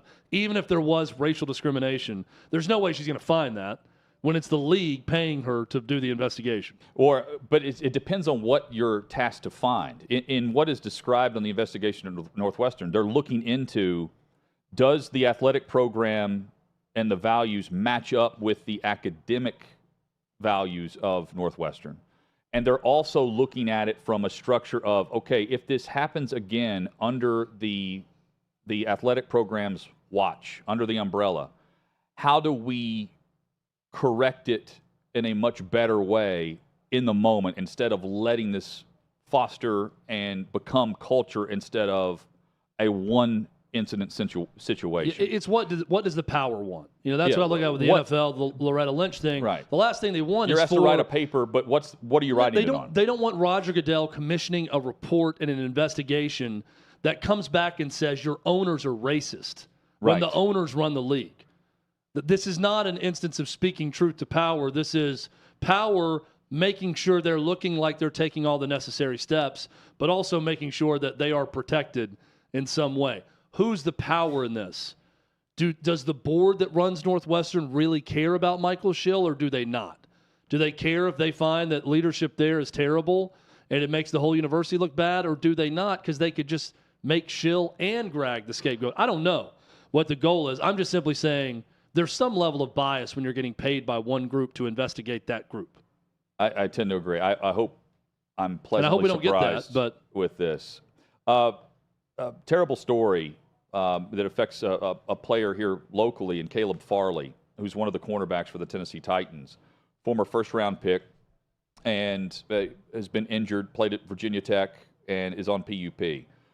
Chad, headlines this morning where he was talking with authorities, with police, and those first responders to a scene in North Carolina, and then details emerged about what exactly happened. A home exploded last night, and a home that was owned by Caleb Farley. His father, Robert, was killed in this explosion, and he, the thoughts and prayers are with the Farley family, but Caleb immediately leaves, and you're thinking, what is he doing in North Carolina when camp's going on, even though he's on PUP? Like, Jonathan Taylor, reports are he's going to go to Philly with the team. Maybe not now, but that was the report yesterday, and he's on PUP as well. Crazy when you see the explosion of a home. Chad, you were saying that the authorities believe it could be a gas leak that could have led to all this? Again, that's just speculation. It was a natural gas home, and the report I read, the story cited a similar explosion with similar rubble from the explosion that happened in a town a few miles away a year ago.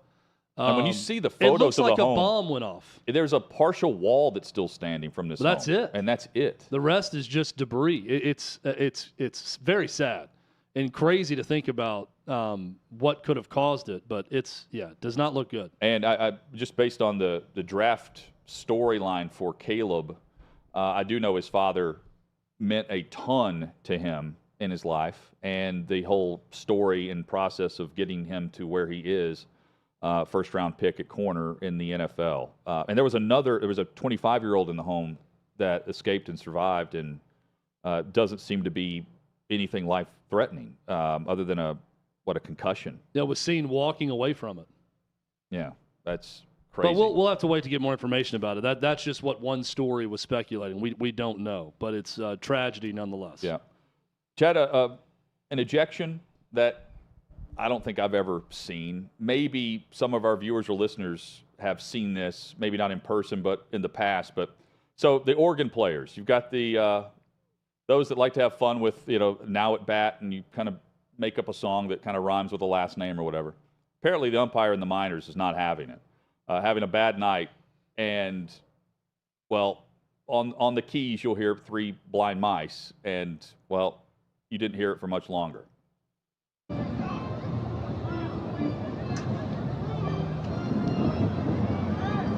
You're done! Harper just got tossed. The guy played 3 blind mice. Oh. Turn the sound off the rest of the night.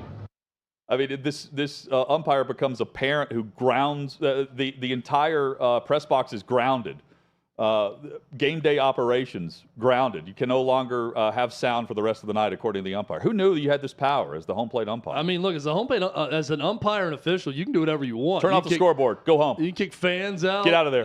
I guess you could end the game because of insubordination from the organist. Turn out the lights if you want. The response reminded me of Chris Farley's bus driver in Billy Madison, where he says, "I'll turn this damn bus around pretty quick," and in your precious little field trip. I mean, he just ended the in-house PA for the rest of the game. Turn the sound off. Turn the sound off. You're out of here. No sound the rest of the game. That's great. I mean, if you're on if you're playing, don't you immediately come up with another song you can play to deny him his request? We've all reached that breaking point before. That was we just happened to witness that umpire reach that point where you get to a point and you're just done. My freshman basketball coach, we had a nice, fun little Sunday scrimmage planned. We were going to have fun. The winner was going to get like a treat or something, or like a lunch paid for afterward. Yeah. And 2 of the guys on my team got in a fight in the scrimmage. And my coach, who had a backwards hat, he was playing with us, just went and unplugged the scoreboard and said, "Well, that ends it. That practice is over. You guys can't even have any fun out here. We're getting in fights." And walked right out. It was similar to that. So it happens. Everybody reaches their breaking point. Umpire ruining all the fun for the fans too. Yeah. No more sound. No more sound. I may get mad enough in here one day where I just call the show off. Mid-show. You know what? No more show. Hour and 45 minutes. I don't care. It's over. Unplug those cameras. Unplug the microphones. Colin, GTFO, everyone out of the studio. Turn the lights off. Sixth and Peabody, close your doors. Shut it down. Everyone here is done. One tap remains open. No more moonshine to be served. No beer being poured out of the spigots. Nothing. We're all done here. That could happen. There's only 2 days out of You the year never this know. place is closed. We've It's not never- when we want it to be. We've never really seen my breaking point yet, so we don't know Chad, when we're going to get there. we will not see it either as you coach softball because you've sent out some parameters you would prefer parents follow. I sent there's a list of 4 Here's with Coach some other Withrow. instructions. But rule number 4, and take this for all youth sports parents out there. My message to my team's parents was, don't ever say a word to an umpire, opposing player, or coach. If you disagree with a call or something the other team is doing, please refrain from addressing anyone that is not me. If there is something egregious taking place and you want to tell me about it, please come to the side of the dugout and do so. Otherwise, let the coaches address umpires or other coaches. It's important we set the standard for how we want our girls to act and play. This is rule number 4, but it's also my most important rule. That was my message to my team. Tomorrow, I'll get into lessons 1, 2, and 3 that I shared with them. Hydration is key. Lesson 1 starts with, here's a tease for you. The first sentence for lesson 1 is, this isn't T-ball, period. And then I go into a Time to lesson. hustle. Then I go into a lesson. Know when to throw to second and when to throw home. So, well, it wasn't quite that. Well, we've got some that aren't going to know that. Please right write off the bat, your but- child's name on the Gatorade bottle. But this is, in case there's some issue with a parent and the league gets on to me, I want to be able to refer back to this message I sent every parent and say, this is what I tell them every single season before we start. Chad, your thoughts Doesn't on always today's work. show? Crushed it. Didn't get mad and have to turn it off midway through. That's always good. Another one. We're back at it tomorrow, 3 o'clock Eastern. Hope you'll join us each weekday afternoon right here. HotMic with Hutton Withrow across the OutKick network.